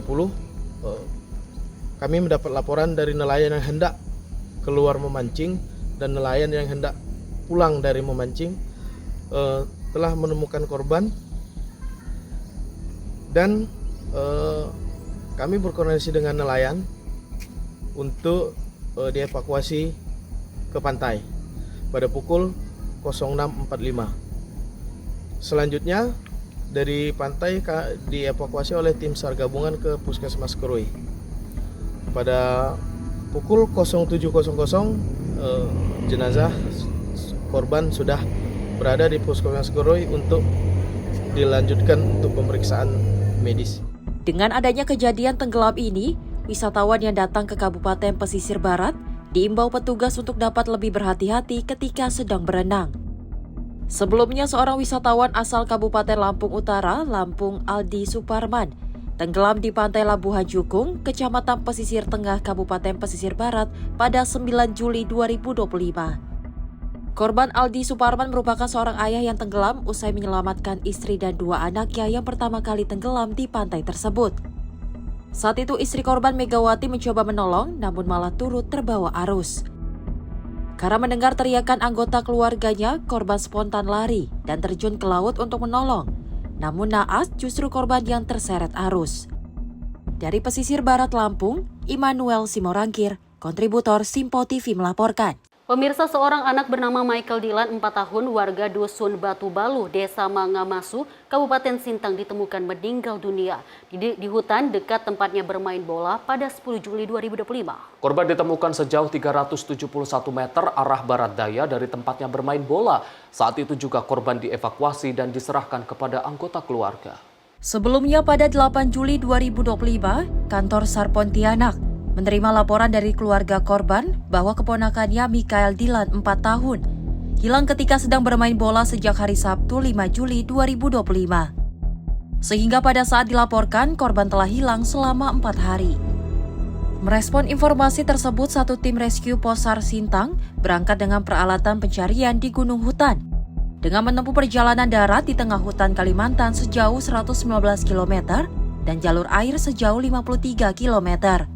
Menurut Kepala Kantor SAR Pontianak Imade Junetra, tim SAR gabungan telah melakukan pencarian dengan metode ESAR atau Explore Search and Rescue. Tim mulai pencarian dengan berjalan menyusuri lokasi-lokasi dicurigai keberadaan korban. Melakukan pencarian secara sistematis dengan metode penyapuan area untuk menemukan jejak korban atau benda yang ditinggalkan, atau mengikuti jejak atau tanda-tanda yang ditinggalkan korban seperti jejak kaki, barang bawaan, atau bekas aktivitas lainnya. Pencarian tersebut dilakukan sejak hari pertama hingga korban ditemukan. Korban ditemukan sejauh 371 meter arah barat daya dari tempatnya bermain bola. Dalam kondisi sudah meninggal dunia pada Kamis 10 Juli 2025. Saat itu juga korban dievakuasi dan diserahkan kepada anggota keluarga. Tim redaksi Simpo TV melaporkan. Kita beralih ke informasi lain. Pemirsa, aksi penjambretan terjadi di Jalan Parung Ciputat, Kota Depok pada Kamis siang, melibatkan 2 orang pelaku dan seorang korban perempuan. Korban yang baru selesai menarik uang di bank ditipu dengan modus dan mobil bocor, lalu dijambret saat tinggal turun dari kendaraannya. 2 orang pelaku berinisial RS dan NU ditangkap warga setelah ketahuan menjambret tas berisi uang milik seorang wanita di Jalan Parung Ciputat, Depok. Korban berinisial US mengemudikan mobil usai mengambil dana sebesar 300 juta rupiah dari bank di kawasan Parung. Dalam perjalanan pulang, pelaku menggunakan modus memberitahu ban mobil korban bocor, hingga korban dan saksi lain turun dari kendaraan. Sesaat kemudian pelaku langsung merampok tas berisi uang dari dalam mobil. Namun aksi mereka dipergok warga dan langsung diringkus di tempat. Sebagian uang tunai milik korban sempat berhamburan di jalan. Namun pihak kepolisian bersama warga berhasil mengamankan sekitar 138 juta rupiah. Polisi masih melacak identitas pelaku lain yang diduga melarikan diri menggunakan motor dan membawa sisa dana yang belum ditemukan. Dari Jakarta, Natania, Simpo TV melaporkan. Sementara itu, pemirsa, Direktorat Reserse Narkoba Polda Metro Jaya berhasil mengamankan 3 orang tersangka kasus peredaran narkotika jenis sabu di wilayah Tangerang dan Tangerang Selatan. Sebanyak 3 kg lebih sabu diamankan dari 2 lokasi penangkapan.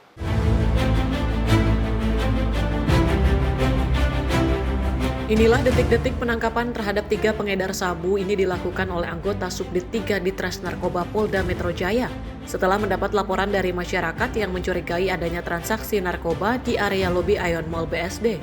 Petugas yang melakukan pantauan sejak tanggal 8 Juli langsung mengamankan 2 orang pelaku berinisial S dan J pada Selasa siang pukul 14.00 waktu Indonesia Barat. Saat ditangkap, polisi menemukan 1 paket narkotika yang diduga kuat merupakan sabu. Kami dari Subdit 3, Direktorat Reserse Narkoba Polda Metro Jaya, telah berhasil mengungkap tindak pidana peredaran narkotika jenis sabu. Adapun para pelaku yang berhasil kami amankan berjumlah 3 orang, berinisial J, S, dan R. Ketiga orang pelaku ini berhasil kami amankan bersama dengan barang bukti 3 kg sabu di 2 lokasi berbeda di wilayah Tangerang. Hasil pengembangan kemudian mengarah pada tersangka ketiga berinisial R yang berada di apartemen Sky House Cisauk, Tangerang Selatan. Pada Rabu pagi sekitar pukul 11.30 waktu Indonesia Barat, petugas langsung melakukan penggerebekan dan mengamankan R bersama 2 paket besar sabu, masing-masing dengan berat lebih dari 1 kg. Ketiga pelaku saat ini masih menjalani pemeriksaan lebih lanjut di Direktorat Reserse Narkoba Polda Metro Jaya. Polisi juga masih mendalami dari mana narkotika ini berasal, serta kemungkinan adanya pelaku lain yang terlibat dalam jaringan ini. Tim Sinpo TV melaporkan. Pemirsa, informasi lainnya akan kami hadirkan usai jeda. Tetaplah bersama kami di Menyapa Indonesia Pagi.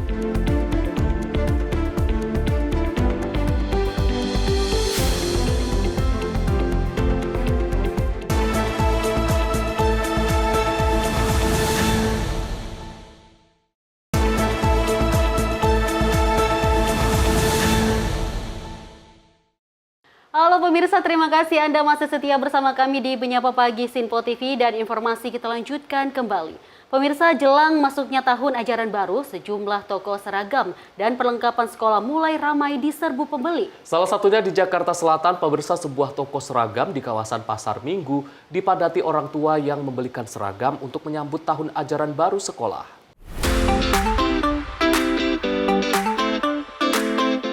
Suasana ramai terlihat di sebuah toko seragam sekolah di Jalan Raya Pasar Minggu, Jakarta Selatan. Orang tua beserta anak-anak mereka silih berganti masuk ke toko untuk membeli seragam baru menjelang masuknya tahun ajaran baru.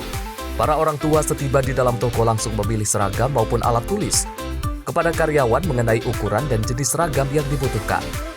Tidak hanya itu, beberapa anak langsung mencoba seragam yang dipilih orang tua mereka. Ada yang langsung mengenakannya, namun tak sedikit yang hanya menempelkannya untuk memperkirakan ukuran. Selain seragam, perlengkapan sekolah lain seperti tas, kaos kaki, dan topi juga mulai diburu pembeli. Menurut salah satu pembeli, Tati, dirinya setiap tahun selalu membeli alat tulis maupun seragam di tempat ini. Dirinya selalu beli alat tulis dan seragam sekolah untuk kenaikan anaknya tahun ajaran baru. Di peralatan anak sekolah ya, nanti kan hari Senin sudah masuk sekolah. Jadi kita biasa beli peralatan sekolah, seragam, baju, biasa deh, peralatan sekolah, buku, dan lain-lain. Seragamnya apa? SMP. Setiap tahunnya emang beli di sini atau gimana? Iya, memang langganan. Meskipun ada kenaikan harga sekitar Rp1.000 hingga Rp2.000 di setiap item peralatan dinilai wajar, momen jelang tahun ajaran baru selalu dimanfaatkan para orang tua untuk melengkapi kebutuhan sekolah anaknya untuk membeli perlengkapan sekolah. Antusiasme ini menjadi tanda kesiapan memasuki tahun ajaran baru. Dari Jakarta Selatan, kontributor Sinpo TV melaporkan. Pemirsa, Presiden Indonesia Prabowo Subianto menyerukan reformasi PBB agar negara-negara global selatan mendapatkan peran lebih besar dalam tata kelola dunia. Dalam pertemuan dengan Presiden Brazil Lula, Prabowo juga menegaskan dukungan bersama untuk gencatan senjata di Ukraina dan Gaza, serta kerjasama di berbagai bidang strategis.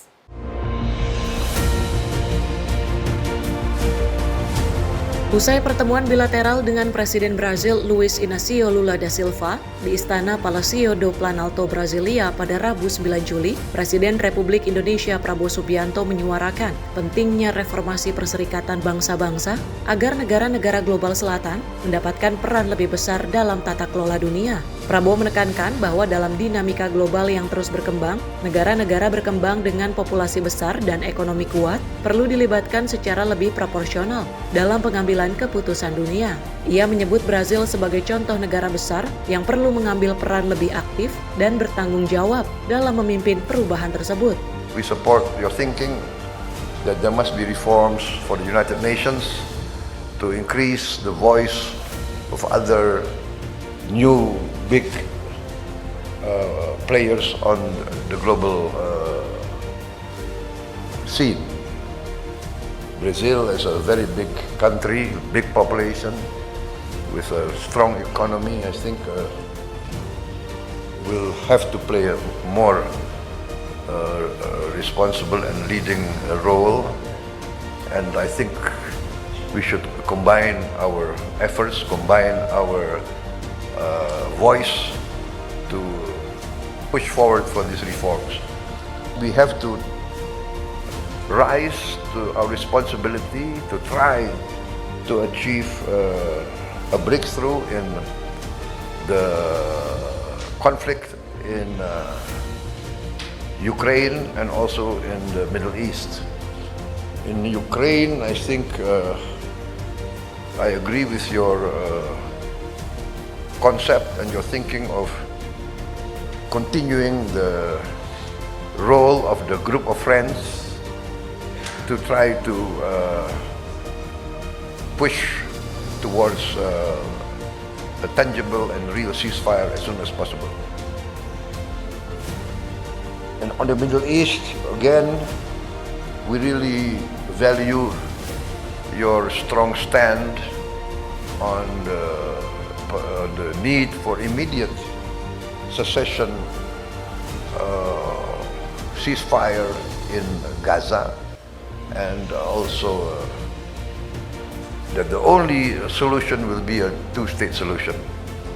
Dalam pertemuan tersebut, kedua pemimpin juga menegaskan komitmen terhadap perdamaian di Ukraina dan Gaza. Selain itu, mereka sepakat memperkuat kerjasama konkret di berbagai bidang, termasuk teknologi pertanian, energi terbarukan, pertahanan, dan perdagangan. Tim redaksi Sinpo TV melaporkan. Kita lanjut informasi dari Gubernur DKI Jakarta Pramono Anung yang merespon adanya permintaan bantuan dari Wali Kota Bekasi, Tri Ardianto, untuk pembangunan 2 flyover dan 2 rusun di Bekasi. Dan Pramono mengatakan pihaknya masih mendalami permintaan tersebut dan akan membentuk tim untuk menindaklanjuti kerjasama Pemprov DKI Jakarta dan Pemkot Bekasi. Gubernur DKI Jakarta Pramono Anung mengatakan pihaknya masih mendalami permintaan Wali Kota Bekasi Tri Ardianto terkait pembangunan infrastruktur di wilayah Bekasi. Pramono mengungkapkan pihaknya telah menyepakati pembentukan tim untuk menindaklanjuti kerjasama Pemprov DKI dan Pemkot Bekasi terkait pembangunan 2 flyover di Kemang Pratama dan Pasar Bantar Gebang, serta TPST Bantar Gebang yang akan berakhir pada 2026. Pramono mengatakan flyover tersebut untuk mempercepat mobilisasi truk-truk dari Jakarta ke tempat pengelolaan sampah terpadu Bantar Gebang. Jadi kemarin sudah kita bentuk 3 tim. Yang pertama adalah hal yang berkaitan dengan Bekasi memerlukan air bersih PAM, maka saya sudah meminta kepada Dirut PAM Jaya untuk menindaklanjuti. Kedua yang berkaitan dengan flyover dan sebagainya, termasuk hibah ambulan, damkar dan sebagainya, itu sedang diperdalam. Dari Jakarta, Sri Dewi Andayani, Rona Bayu, Sinpo TV melaporkan. Kita beralih ke informasi lain, pemirsa, seorang lansia usia 60 tahun berinisial S ditemukan meninggal dunia di kolong tol, tepatnya di Jalan Putar Balik depan Universitas Trisakti di bawah tol dalam kota Grogol, Petamburan, Jakarta Barat. Saat ditemukan, tidak ditemukannya tanda-tanda adanya kekerasan pada jenazah lansia tersebut. Seorang lansia diduga sakit ditemukan meninggal dunia oleh rekannya di ruas jalan putar balik menuju Universitas Trisakti, tepatnya di bawah kolong tol dalam kota S. Parman Grogol, Petamburan, Jakarta Barat. Diketahui lansia berinisial S ini merupakan seorang pekerja galian lepas. Lansia asal Brebes dikabarkan telah mengalami sakit keras sehari sebelum ditemukan meninggal dunia. Tidak ditemukan tanda-tanda kekerasan pada jenazah. Ya penyebabnya ya sakit lah. Kalau sakitnya lama, sakitnya sakit di jalan gitu. Tadi udah dipegang desus, jam 11 lah kurang lebih. Enggak, orangnya udah pegang desus kok. Desus sudah nggak lapor. Kalau saya dari pertama belum ada tol juga udah ada di sini. Brebes, perbatasan. Udah dari temannya Pak ya? Ya, Tapi di sini memang udah lama banget Pak tinggal di kolong. lama. Kalau dia nggak pulang-pulang masalahnya. Kemarin kan kakaknya ke sini, kakaknya anaknya juga ke sini kemarin. Diajakin pulang nggak mau. Saya bilang udah paksa aja. Katanya kalau dipaksa, masa ya orang nggak mau dipaksa, kata kakaknya itu. Setelah dilakukan identifikasi awal, jenazah dibawa menuju rumah sakit terdekat guna dilakukan pemeriksaan lebih lanjut. Dari Jakarta, kontributor Sinpo TV melaporkan.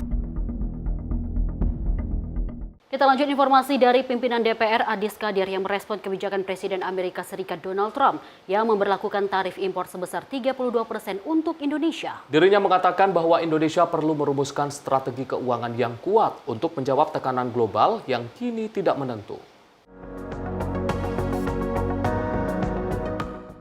Presiden Amerika Serikat Donald Trump mengirim surat kepada 14 kepala negara untuk memberitahu mereka tentang tarif baru. Salah satunya dikirimkan kepada Presiden Indonesia Prabowo Subianto.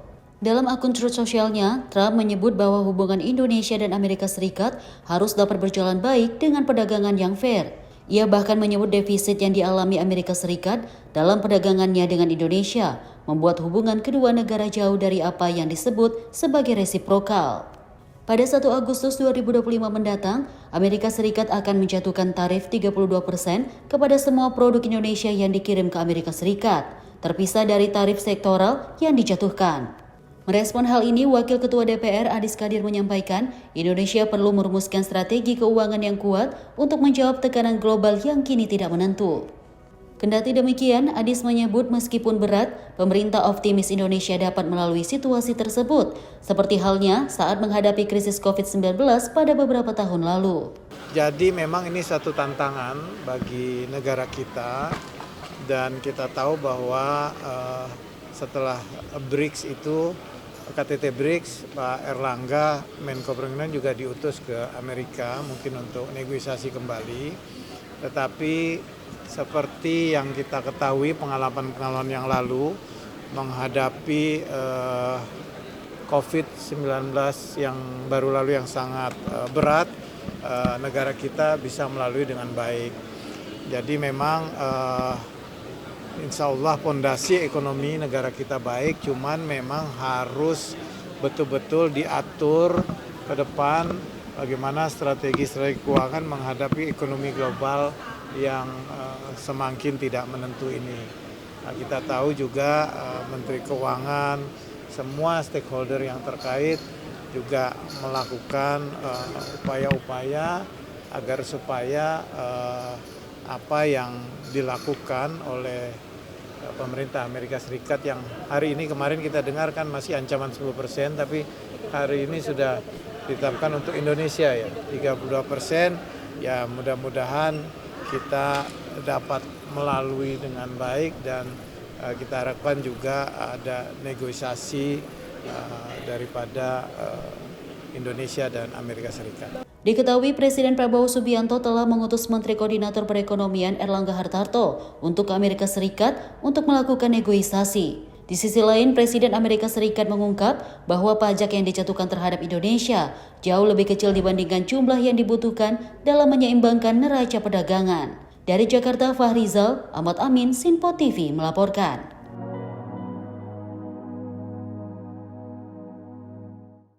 Sementara itu, pemirsa, Kepala Kantor Komunikasi Kepresidenan Hasan Nasbi merespon perihal keputusan Amerika Serikat yang menaikkan tarif impor sebesar 32% kepada Indonesia mulai 1 Agustus mendatang. Hasan mengatakan pemerintah optimis bahwa masih ada peluang untuk menegosiasi keputusan kenaikan tarif impor tersebut. Presiden Amerika Serikat Donald Trump memutuskan bahwa negara Indonesia dikenai tarif impor sebesar 32%. Namun masa berlaku tarif tersebut mundur yang awalnya berlaku 9 Juli menjadi 1 Agustus mendatang. Kepala Kantor Komunikasi Kepresidenan Hasan Nasbi mengatakan, jeda masa berlaku tarif tersebut membuat Indonesia berpeluang untuk melakukan negosiasi penurunan tarif impor sebesar 32%. Hasan juga mengungkapkan tim pemerintah telah bertolak ke Washington DC dalam rangka melakukan negosiasi dengan pemerintah Amerika. Dirinya pun optimis negosiasi yang dilakukan pemerintah Indonesia berhasil, mengingat hubungan baik Indonesia dengan semua negara, termasuk Amerika Serikat. Informasi pertama yang bisa saya sampaikan kepada teman-teman adalah bahwa sebenarnya jeda waktu 90 hari yang diberikan oleh pemerintah Amerika itu berakhir tanggal 9 Juli. Besok 9 Juli kan? Harusnya itu berakhir besok. Tapi kemudian dalam keterangan terbaru yang diberikan oleh Presiden Trump, itu kan dimulainya 1 Agustus. Itu artinya dia mundurkan waktu untuk memberikan ruang untuk perpanjangan diskusi dan negosiasi. Ya, dan dalam surat itu juga Presiden Trump juga nyatakan masih ada peluang untuk bicarakan ini untuk diturunkan. Itu yang pertama. Yang kedua, tim negosiasi kita sudah berada di DC. Pagi ini tim negosiasi kita yang akan melanjutkan diskusi itu sudah berada di DC. Dan Bapak Menteri Koordinator Perekonomian sedang dalam perjalanan dari Rio menuju DC. Tadi saya kontak, beliau sedang dalam perjalanan dari Rio menuju DC. Dan yang bisa kita pegang tanggalnya kan dimundurkan jadi tanggal 1 Agustus. Artinya ada beberapa minggu kesempatan kita untuk bernegosiasi, dan bangsa kita, pemerintah kita sangat optimis dengan negosiasi karena kita juga tahu kita berhubungan baik dengan semua negara, ya, termasuk Amerika Serikat. Selama ini kita berhubungan sangat baik, dan tentu hubungan baik itu bisa menjadi modal sosial yang bagus untuk melanjutkan diskusi dan negosiasi di sana. Dari Jakarta, Fahrizal Ahmad Amin, Simpo TV melaporkan. Sementara itu, pemirsa, Menteri Sekretaris Negara Prasetyo Hadi merespon terkait kebijakan Presiden Amerika Serikat Donald Trump yang menaikkan tarif impor sebesar 10% kepada anggota BRICS termasuk Indonesia. Prasetyo mengatakan saat ini pemerintah Indonesia akan terus mengupayakan untuk melakukan jalur negosiasi agar tarif impor tersebut dapat turun.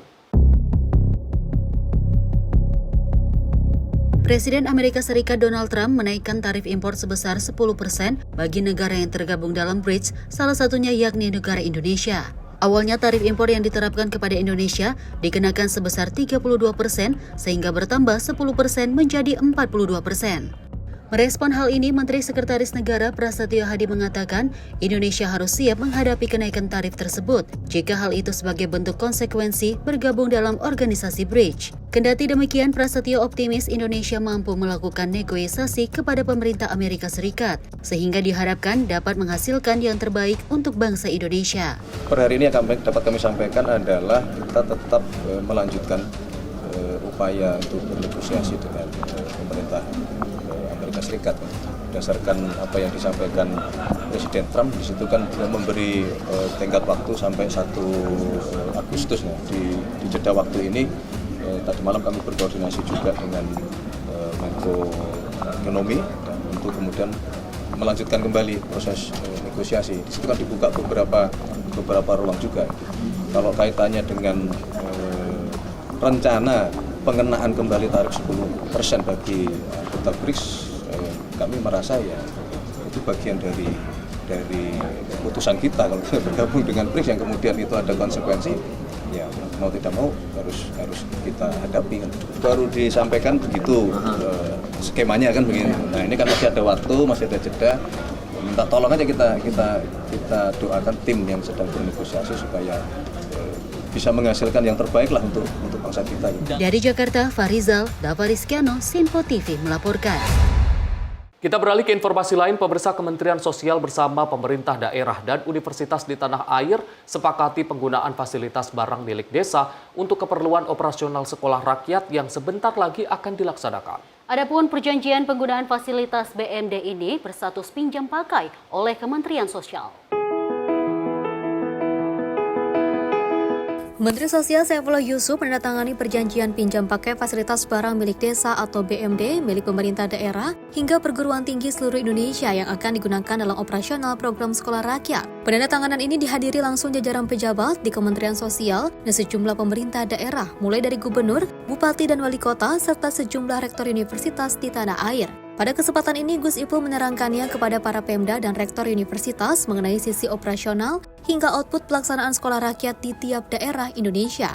Untuk penggunaan BMD sendiri tersebar di 44 provinsi kabupaten kota di seluruh daerah dan 3 dari lingkungan universitas. Yang Bapak Ibu sekalian, hari ini alhamdulillah kami berkoordinasi ya dengan provinsi, kabupaten kota berkaitan dengan penandatanganan pinjam pakai lahan atau gedung yang digunakan untuk penyelenggaraan sekolah rakyat rintisan tahun 2025-2026. Jadi semua udah tahu titik-titiknya di mana.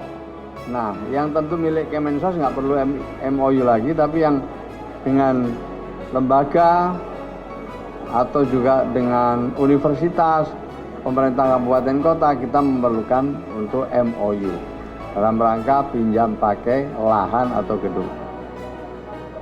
Cukup itu dan alhamdulillah sudah jalan lancar. Lebih lanjut, untuk sebaran barang milik desa ini cenderung dominan berada di kawasan Pulau Jawa dan beberapa wilayah di Pulau Sumatera. Dari Jakarta, Max Rafli Adit, Simpo TV melaporkan. Pemirsa, Kementerian Sosial terus mematangkan persiapan program sekolah rakyat yang beroperasi pada 14 Juli 2025 pada tahap pertama yang dilaksanakan di 100 titik dengan 63 diantaranya telah siap secara sarana dan prasarana. Menteri Sosial Saifullah Yusuf menegaskan bahwa seluruh siswa, guru dan juga tenaga kependidikan sudah siap untuk mengikuti masa orientasi. Menteri Sosial Saifullah Yusuf menjelaskan persiapan program sekolah rakyat tahap pertama terus dimatangkan untuk beroperasi pada 14 Juli 2025. Gus Ipul menyatakan sebanyak 63 titik sekolah sudah siap secara sarana dan prasarana, sementara 37 titik lainnya ditargetkan siap beroperasi sebelum akhir Juli. Gus Ipul menyebut seluruh siswa, guru, dan tenaga kependidikan di 100 titik sudah siap untuk mengikuti masa orientasi dengan total 9.700 siswa, lebih dari 1.500 guru, dan 2.000 tenaga kependidikan. Ya, jadi sekolah rakyat sekali lagi saya sampaikan ya, kita terus melakukan persiapan untuk tanggal 14 Juli. Yang sudah siap secara sarana prasarana itu di 63 titik. Sarprasnya sudah siap untuk tanggal 14. Nah, sisanya 37 titik lagi, insya Allah akhir bulan Juli akan mulai proses pembelajaran. Tetapi seluruh murid, guru di 100 titik itu sudah siap semua. Jumlah siswanya di 100 titik itu ada sekitar 9.700 siswa. Ada 1.500 lebih guru dan ada sekitar 2.000-an lebih tenaga kependidikan. Ini yang akan siap memulai masa orientasi pada bulan Juli ini. Nah, sedangkan yang tahap kedua, kami bersama tim, bersama Kemenaker juga mempersiapkan 100 titik berikutnya. Ya, sekarang lagi proses survei lapangan oleh Kementerian PU, di titik-titik mana saja dari yang diusulkan itu bisa dinyatakan layak. Kalau sudah dinyatakan layak, PU akan menentukan jumlah rombelnya, mereka melakukan renovasi, kami melakukan rekrutmen guru dan rekrutmen murid. Dari Jakarta, Jihan Nabila, Rafli Adit, Simpo TV melaporkan.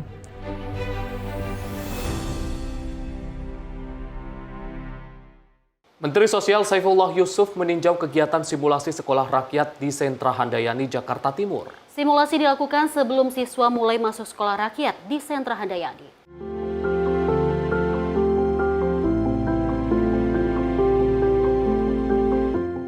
Simulasi dilakukan selama 2 hari, yaitu pada 9 dan 10 Juli 2025.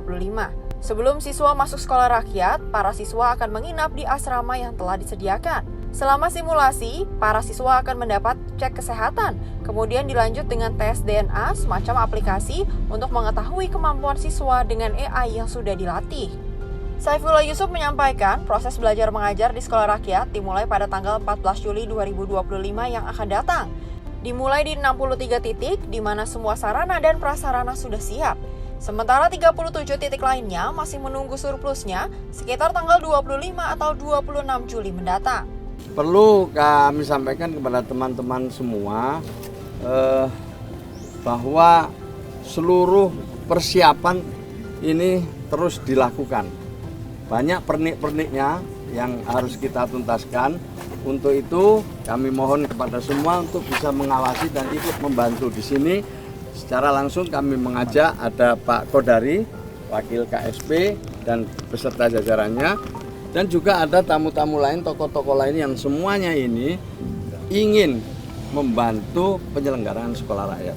Untuk itu kepada teman-teman wartawan, jika nanti lihat kekurangan, lihat hal-hal yang mungkin belum sesuai harapan, kami mohon itu disampaikan supaya ini menjadi bagian dari masukan kepada kami untuk memperbaiki terus. Dari Jakarta, Tony Hermawan, juru kamera Ahmad Amin, Sinpo TV melaporkan.